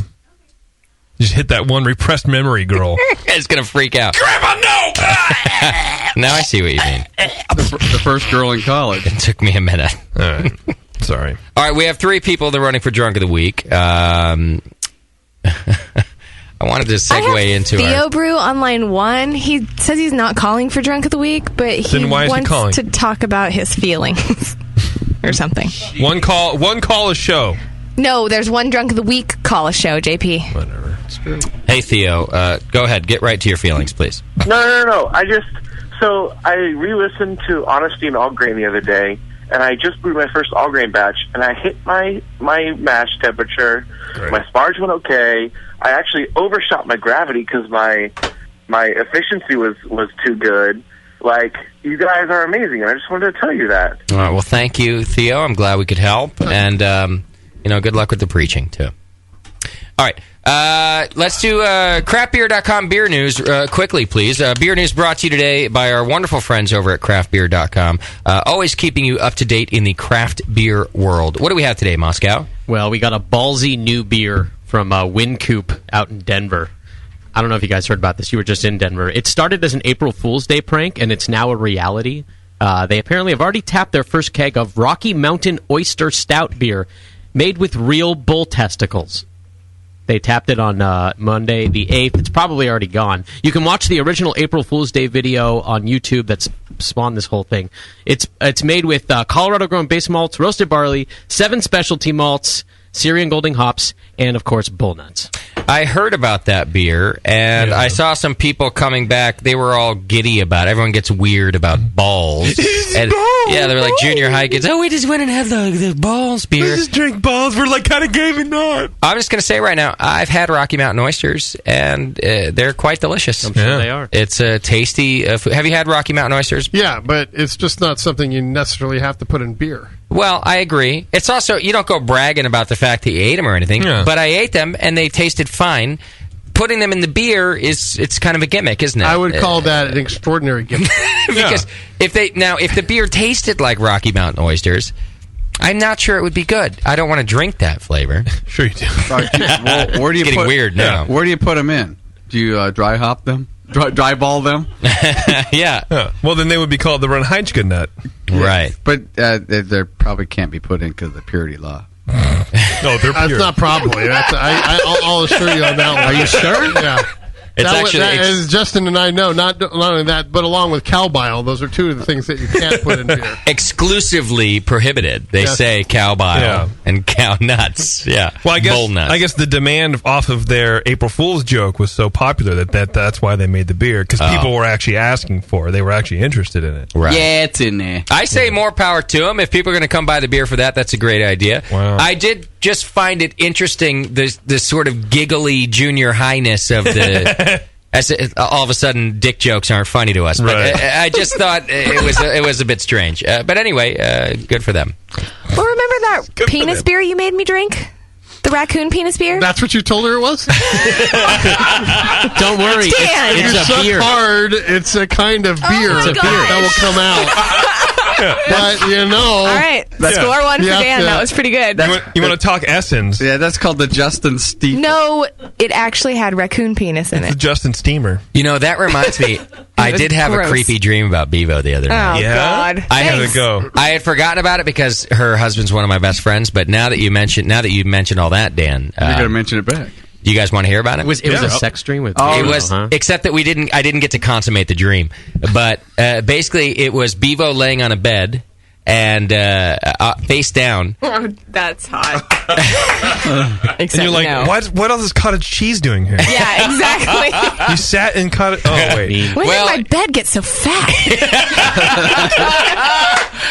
Well, it was a blurry dream, so I didn't see any of that. The lights were down real low. Yeah, and your rear end was up. And the weird thing about it is that it was a friend dream and a sex dream at the same time, because we communicated just like we do now. We just were cracking jokes to each other. We were friends. But you ultimately said you could put it in my butt if you wanted to. And I was like, really? Like, let me just tell you, that's actually never been said. Yeah, that must have tipped you off that you were dreaming. Well, yeah. I was like, this is a dream. And so I tried to stay in the dream as long as possible. But I can't help but question things. So I was like, really? I could just... Because, again, we were just hanging out. And I was like, really? I could just put it in your butt? And you're like, yeah, it's fine. Wow, that's nice of you. It's right there. And so I was almost on my way to putting it in your butt, and then I woke up. It was... And each night you've been trying to get right back to yeah, that every dream. night. I go to bed, and I'm like... Bevo's butt. Bevo's butt. Bevo's butt. Bevo's butt. Bevo's butt. And it never worked. That's so gross. Stop. Well, it's not worse than the dream that you had about Sam and Schumann getting gay together and then double teaming you. That wasn't a dream. That was a nightmare. That was real life. I'm not making this up, Dan. No, it's just... That was a real dream. They call it a family act. What do you call the name of the group? Anyway, that just reminded me of that. The menage a Where were we in the beer news? Brought to you by craftbeer.com. This was more like the Adam and Eve right. sales. I did the wrong sponsored segment. My fault. This one's from the UK. A 64-year-old grandfather lost his cool when a 15-month-old started crying at the pub he was drinking at. Guy's name is Danny Pollock. He doused the crying baby in beer and then kicked the boy's mother. Wait a minute. What? JP, what are you... JP is standing up and applauding. You are a douche. Atkin, the kid's mom's name, Atkin. She'd gone to the pub with her kid and her sister-in-law and sat down next to Pollock and his wife, and then Atkin got up to go order food, and as she got up, the kid started crying, like, I miss my mom. And then the guy got pissed, walked over, and dumped his beer all over the baby, which just made the baby cry more. Yeah, like, who thinks that that's going to help? How old is he? How old is the baby? 15 months. He's 15 years old. Atkin then confronted Pollock, who went on the offensive and yelled, "You shouldn't bring kids to a pub." Atkin then threw her drink at Pollock, saying, "See how you like it." And then he kicked her and hightailed it out of the bar. He kicked her in the butt. Oh, sorry. What about his wife?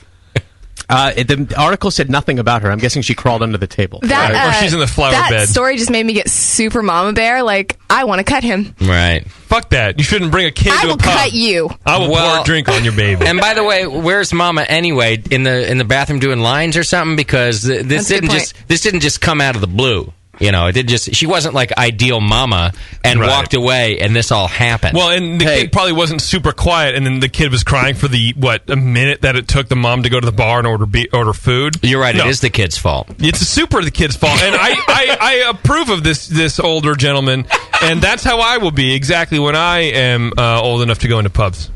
Wow. Yeah. Well, Justin, this is Martinez. Is that where this happened? No, but it could. Yeah, that's where we are. Let's go to Creek Monkey right now. Wherever it is, it's your state's equivalent of Martinez. Yeah, this is what it was. Might as well happen in a Walmart. It wasn't even in the States. It was in the UK. Yeah. Well, you're not listening. Whatever. Oh, I love that story. Are we done? Yeah, you want it? Yeah, that'll be fine. That's good enough. We got one more. Thank you to craftbeer.com It's only for 10:30. sponsoring our news today. We're early tonight. No, it's only you're not done. Yeah, let's do another news story. Come on. It reminds me of lunch meat. We have to name Terrence's baby. Yeah. So our Twitter game tonight was to name Terrence's baby. So you have a boy coming along, huh? One of baby number 2 of 5. Is that what I hear? No, baby number 2 of 2. That's not what we hear. It's not. No. Becca's talking 5. She's talking 4, but it's not going to happen. Well, she's only been conferring with you, so. Right. Not about Schumann. Yeah, that's a good point. I was going to say, she doesn't need you to do it. She's getting 5 babies, whether you like it or not. It's not going to happen. It sounds like it's happening, Terrence. It's happening right now. But what else do you have to do? Anyway. Yeah. Besides pork. You know? Keep my sanity. It's hard enough with one. And a pregnant wife. No, she's listening. I'm not going to go into that. No, what's it like? Is she She's not listening. She told me. Psycho. She gets gnarly? Yes. Oh, my God. I love her. Like mood swings? What do you Super mean? What mood happens? swings. Super mood swings. Like, I can't even breathe without her getting upset about something. And can you sleep in the same bed when she's pregnant? Using all my air, Terrence. That's exactly how it is. And Bevo will back me up. She knows that she's crazy this pregnancy, right? Oh, yeah, it's totally different. It's like, well, I think just because with Jack, she had like the most incredible pregnancy ever. She was like, nothing bothered her. And then I got pregnant and I was a full-on psycho. Okay. It's a little residual. She'd learn from you. And now she's just a crazy bitch. And I'm like, I respect that and I understand it because I was there. I see. So now she's a little crazy? But why? Cray-cray. I don't want any more grape drink, Terrence. I'm pregnant. Why can't we have Weird things happen. Because orange is expensive. Can you just pour a beer on her head? Yeah, that'll shut her up. Yeah. Pour beer on her belly. She got 2 boys now. 2 boys. Yeah, they saw the stuff. Right. My kid's packing. It's not bad. Yeah, I'm excited about that. All right. What do we have, JP? Better got a girl with 3 legs. We have a few good ones here. Jake says the Terrence's new boy should be called BTB, Baby the Black. Baby the Black. I like that. Better than TTB. Jacob at Wordplay Brewery says Bro Dongerson the Black. I'm not even going to write that down. Bro Dongerson, bro. I bet he shows up at Halloween in blackface. He probably Come on. Bro and then he locked himself in the closet. What's that cartoon that it used to be that was terribly racist? It sounds like a joke out of there with the crows. Oh, the Disney stuff? Brer Rabbit and Tar Baby. Yeah. Carry on. What else? Hey, Brer Rabbit was not only the Tar Baby part. Andrew Ignat says you might be too young to appreciate this, but they should call him Soylent Green. because he's made of people. So in the Green, Charlton Heston movie. How about Soylent Black? All right. Margaret says they should name him Porter. That'd be fucked up. Then you go, hey Porter, because we do know white kids that have that name, but that would be fucked up, Terrence. For a lot of different reasons. For like multiple levels of reasons. Because Greg McAvoy's little ginger kid is named Porter. Brewer. And it's Brewer. Oh, that's Brewer. Yeah. That's right. Yeah. Oh, But there's another. Jay Brooks. Oh, Jay Brooks. That's right. Yeah. His white kid is named Porter, and it's a perfectly good name. Right. But it would be fucked up if you named your kid Porter. All right, what else? I'm writing that down as the best Maybe you should name go the now. opposite. Name him Wit. That's all equally fucked up. Is it? Yes. Yeah. Nathan, our very own Nate Smith, says you should call it Micturated Zwickle Baby, which is a beer joke. It is? Yeah. Okay. Isn't it? I don't know. Well, Sickle Baby is. I don't know what mixturated is. Because his wife is white. Still, I mixturated. I'm not seeing the relation. Yeah. All right. Tough category today. Yeah. Large Marge says you should name it Terrence the Younger. Okay. Which I kind of liked. That's kind of a medieval thing. Yeah, Yeah. it's not bad. Oh, and you call him Ty for short. Wouldn't it just be Junior then? Yeah. Junior is just a great name, period. We're not beer. reinventing Junior. the wheel here. Well, it's a beer joke. The Younger. Okay. Bald Gay Dolphin writes chicken and waffles. Is there not a regular... Go on. And last but not least... Sounds delicious. Chicken and waffles is because you can't get served.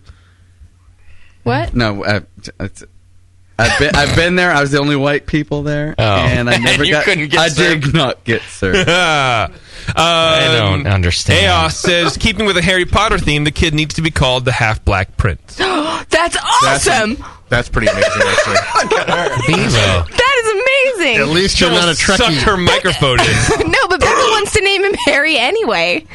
No, you don't. You're not going to name that kid Harry. You're a... We're actually... this is not... Harry's a great name. Hold on. Yeah. This has not been cleared by everyone else at the BN, but we actually are having a really hard time naming this kid. Okay, really not hard anymore. time. Because, Jackson Danger, we set the bar kind of high Yeah, you with that did. one. We've been going through Henry, Harry, Hank, Champion, Chip. Oh, get out of here. Chip. Champion. So I'm going to throw it Chip. down. I'm going to throw it down because I think people are like, oh, it's just a Twitter game. We're having problems with this. If someone can come up with a name, first and middle, that we like and use, I will personally pay for $150 worth of stuff from the BN store. Okay. What about Harrison? Then we can call him Harry. No. How about Listen, Harry and the listen. Half-Black Prince? Stop it, both of you. You can't have Jack and Harry. You just can't do it. We're trying to go for old names. You have to... Don't. What's Why? I don't understand. Stop doing What's that. the problem? My It's just not good. You can't have Jack and Harry. My grandfather's You just can't. middle name was Weston. Put That's a them very good together. name. You Harrison can't- Weston. Jack is fine on its own. Okay. Harry, okay on its own. No, you because- can't have Jack and Harry. What are you two? The fucking Golden Girls? You can't have That's Jack Terrence's and favorite Harry. TV show. Well, then you're the jerk off boys. You're Jack and Harry. Okay. Right. Like that sounds real gay. Okay, You I can't do it. I got two things. Second of all, wait just 1 second. I'm entirely disappointed in the BN Army for Yeah. tonight's Twitter game As because am it was I. nothing but racism and ridiculousness. We couldn't get one decent name for our friend Terrence's baby. But I did like the Half-Black Prince. That was the best of them all. Well, I wrote it down. Okay. as a finalist. Two things. Oh, that gets in my This vote. is only your second kid. Yeah, Wait till 2 of number 2. 5. You will not have any names. But the other thing is, You will not have any name. Jack, you will not Harry, have, Bob, no. Fred. Okay, the first one's name Ted, Bill. Jackson. Yeah. Just stick with presidents' names and go from there. Obama Green. There we go. Right. What about Ulysses? Well, Well, then you can't trust anything that kid would I say. guess you could name him Mitt. That might happen. Oh, it's not gonna happen. What about like a progressive black name like Jolanda or Oh yeah, black it up with this or one. something Why like not? that? Why not Terrence? Dude, Yeah. traditional. I'm going to Google traditional African names right now. What about just Sam? Sam's a good friend of yours. You can just Sam. We actually threw Sammy out there. And he's man, probably the dad, so. no, because they actually saw the penis on the thing, so it's definitely not Sam's. Rude. I don't know. I was equally against Abigail as I am against Harry. And Abigail ended up being a great name, as you have said. It fits that child perfectly. But actually, Harrison is the president's name. Harrison's it'll be Harrison. He's called Harry. It's a president's name. Perfect. Still get a job. How about Akachi? You've always dreamed about having a kid named Harry? Akachi means the hand of God. Harry's in Igbo. Harry's a kick-ass How about old school Lincoln? name, man.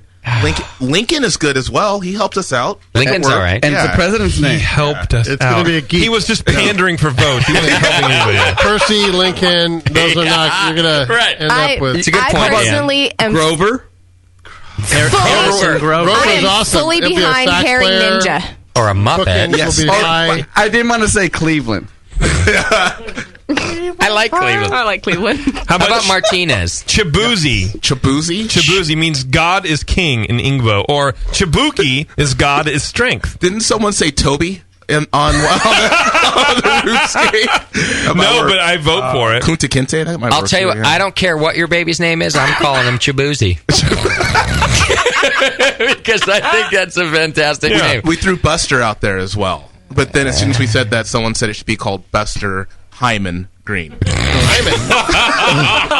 God. Jaime. Chibuzi. Jaime, some corduroy today would look good on you. How about JP? Can you be in the running for your own game? Can I write down Chibuzi? You can, sure. Or there's also Chuckwamucka, which means God has done something great. No. Chuckwamucka. Chuck. Why not? Hey, you're going for Harry. We haven't Might as even well gotten go to for Chuck. Yeah. Then it would be called. Then your boys would be called Jack and Chuck, and that's not normal. That's not healthy. It's better than Jack and Harry. No Harry. I put my foot down. It's going to be Harry, probably. I forbid you. Harry Ninja. Harry Ninja, right? Yeah. That's the real. most that's super racial. How's that racial? Jack's middle name is Danger. They can't give the kid like Harry Austin. You don't know that Ninja why would is the its middle secret name be Ninja? We're trying to think of a good middle name. That's Danger good. is great. And he's half black. You don't know the secret Ninja code for blacks is ninjas? You don't know that? Ninja, please. Yeah, I know that. You might as well just call him like Sambo or some shit then. Jesus, dude. Yeah. By the way, you haven't thought of a good middle name yet. No. How about Caution? Yeah, Danger wasn't even that good. It was funny, but it's not good. It's a great middle name. All right.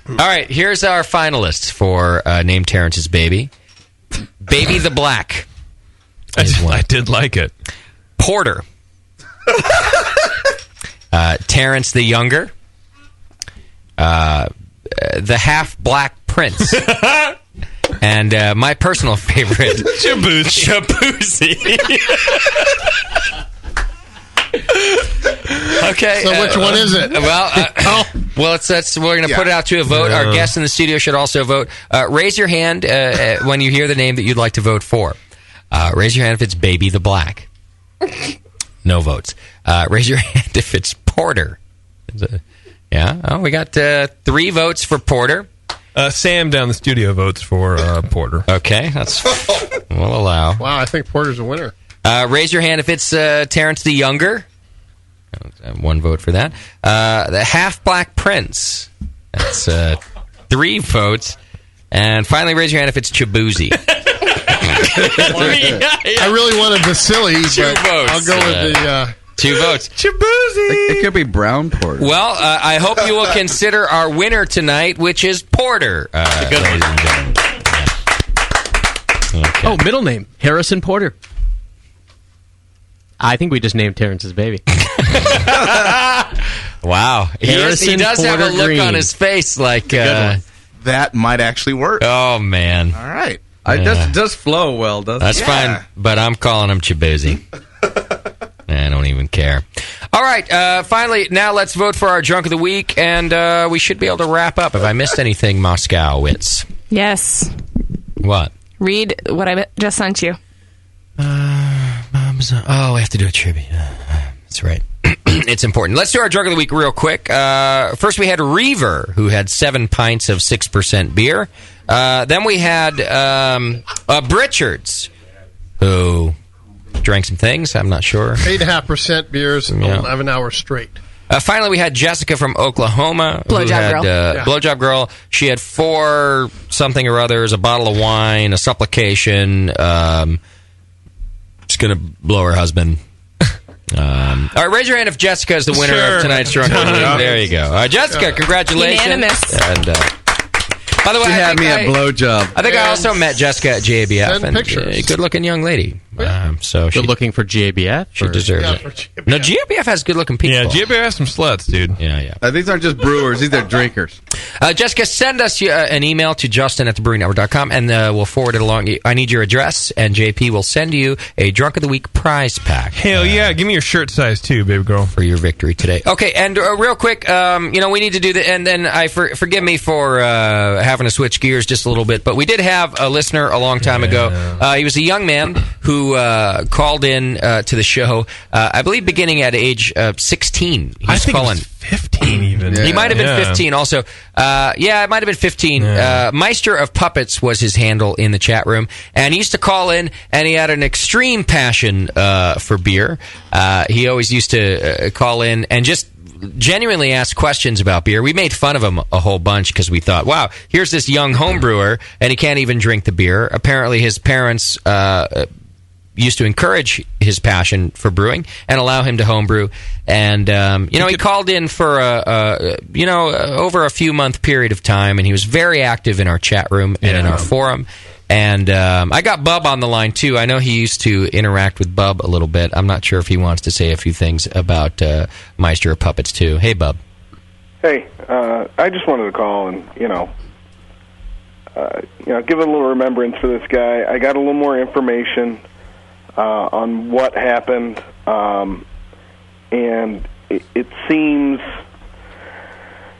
Well, do you want to... Yep. We didn't really say what happened. Meister, he last week sometime, or the week before, I'm not really sure. Week before, I think. The week before, he committed suicide outside his fraternity. And he was on a brewing track, learning to be a brewer, and apparently pretty good. And if I'm not mistaken, has won some medals from homebrew competitions and stuff like that.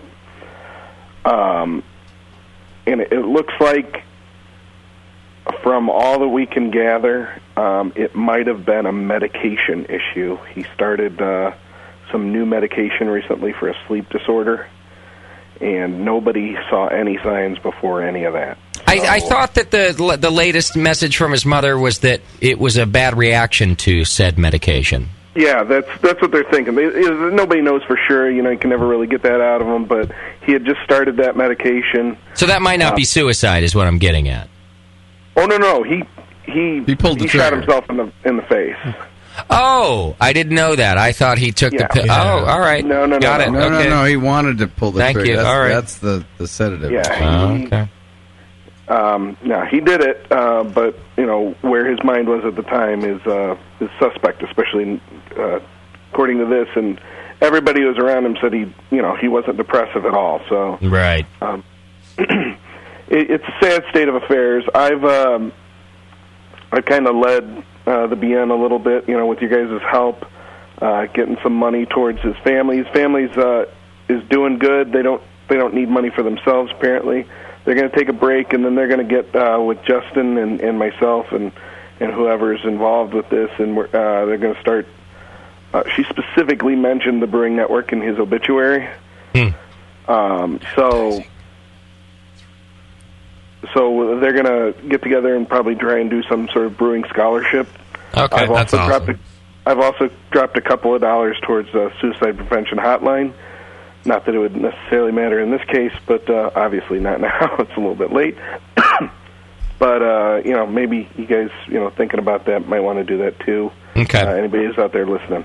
All right, and so it sounds like the folks are going to set up a brewing scholarship fund, which we've done before for some other folks, through Chad's family on here before, too. I always think it's a great idea. Well, and it'll be in Meister's honor, and a good way to send another young person to brewing school for the same passion that Meister had. Well, and Meister, if you remember, he won the one in Chad's brother's name. Oh, he did. So he won, and he So he won a thing. So it's even just kind of more of a nice, everything comes full circle. Yeah. Okay.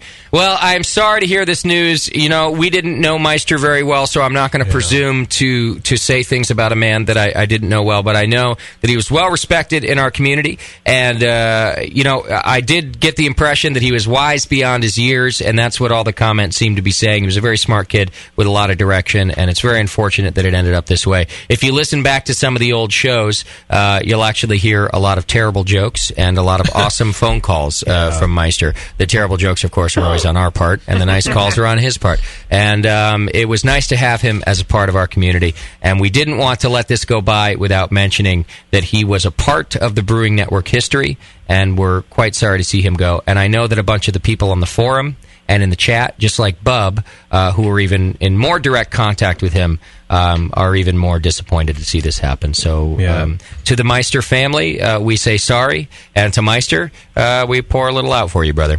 He was very little brother-like. You know, he was like, the little brother that you pick on because you like the dude. Yeah. And he would always laugh and roll with the punches, and it's too bad. He didn't call so much anymore, but he was very busy with politics, his local politics, and his frat. He was very in touch with them and brewing, and he was real excited about all that kind of nonsense. So he's like, it was too bad, but it's disappointing. He was a good kid. I liked him. He was like Bub in the little brother sense, except not an asshole. Right. Well, and he was a better looking and didn't wear a dress. Yeah. Yeah. So are we right on all that, Bub? He might have wore a dress. Okay. That's true. We don't know that for sure. You're but right. the rest of that, completely true. Yeah. Well, Bub, and by the way, Bub's the one who's been keeping us up on this and was the first one to notify us, and I appreciate that very much. He's going to communicate with the family about the scholarship fund, and we'll let you know about all that. And once again, Meister, we'll miss you, brother. And Bub, thanks, man. Yeah, no problem. All right, dude. So there you have it. Never a nice thing to have to do, but we think that the man deserved a little respect on our show because he called in and he was a cool. And you know what? That is unique in the Brewing Network history to have a 15-year-old passionate about brewing. Like, the kid really cared about brewing to call in and do some homebrew talk with us. So. Died before he was 21. Yeah. Which is horrible. Right. But good kid. Good while lasted. All right. Well, hey, Dan. How you doing, buddy? That's what we do, Dan. We bring it up, and then just take him down. Yeah. All right. Yeah. All right, Meister. We'll miss you. Let's wrap things up. We'll be back next week, but it'll be a Monday show. Dan is now officially christened Studio Double D, so we are back in action here. Oh, it's full on now. Right. Now when things screw up, we can't blame it on being new. We're officially christened, Dan. Oh, that's what we have. I just have one more thing. Beverly, the producer, is wondering about Stump the Brewer. Is our Thai food here? We don't have Thai food yet. Oh, then we might as well stump the brewer. 888-401 beer. I'm gonna unbusy the phone. Here, I got a question. When will Thai food be delivered? In 3 minutes, I hope. If they understood correctly. Yeah, or address. It's flag them down. Or it's Martinez, and they're like, "Yeah, we'll get that right to you." And then Tuesday. Yeah, but then then nothing ever happens. But Dan can smell it for a couple of blocks. Yeah. So. We should make sure that the front door is unlocked, Moscow, so they can get in. And how about just call the number on the menu down there and see where our food is real quick, if you don't mind. And do it in an angry Asian accent. Yeah. One my phone. Hello. Ask if they're You come now. Did we order the Thai food from Sign Solutions, Dan? From Thai Solutions. Well, I think Dan doesn't want to play Stump the Brewer because he just walked out of the studio. Oh. Dan. My nephew needs life advice if we can call him. Why, is he about to kill himself? No. Don't pull the trigger. What's wrong with your nephew? I don't know. Too soon. He goes, I would call. Maybe I should call and get advice. And I'm like, on what? I have no idea. He gets real angry. Is he drunk? He might be drunk. I don't know. How old is he? Probably not. You're as random as him saying that to you right now. Yeah, I don't really know. I just thought I'd bring it up. Hey, call for abuse hour. Somebody calls and they're like, "Hey, I'm JP's cousin. I'm gonna hang up on them." I figured you would just gloss over it. I didn't feel like you would actually stick with me and I figured it would just it be was a bit of a random comment. Yeah. I had to figure out what was happening. Have you met me? Should we do an advice show on the session next week? We'll just do a full 3 hours of advice. Because look how well we're all doing. Yeah. And I feel like if we were to give out advice, we could really spread the love. You did give out advice. You said make friends with people that are smarter and richer than you. Yeah, that's true. Well, more rich. How many people here are in therapy, and then we should just spread it around a little? Well, there's 3 of it. Terrence, you in therapy yet? No, not anymore. But you had been. He gives therapy. He gives therapy now. Beaver needs some. Bevo, you haven't done the therapist No, thing I yet. totally need some though. Yeah, you do. I You need actually some was Greek looking into it therapy. to see if my insurance would pay for it. It won't. Bastards. Trust me. Right. They don't really tell you anything. If you meet any of Bevo's relatives, like her cousins and stuff, their eyes are all far apart. No, they're not. What are they, English? They might be. You can tell they need therapy. Well, it's fine until they start going on like either side of their head. Yeah, therapy can't cure genetics.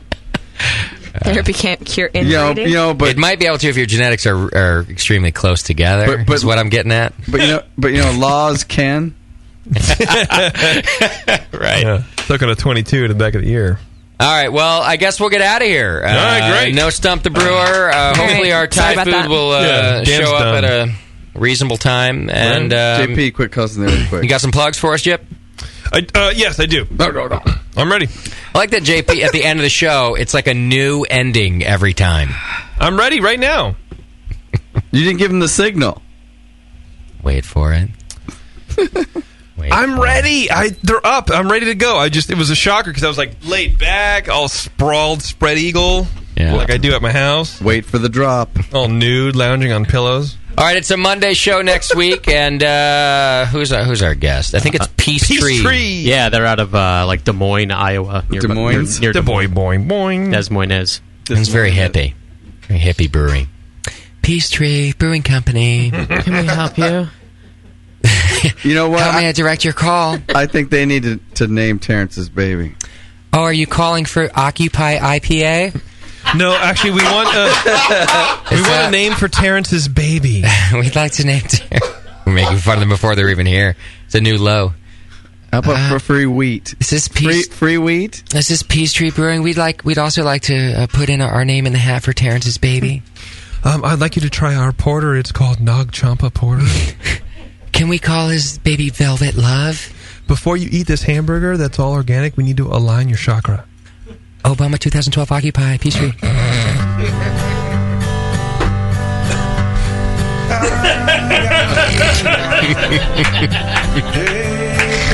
Oh, shit.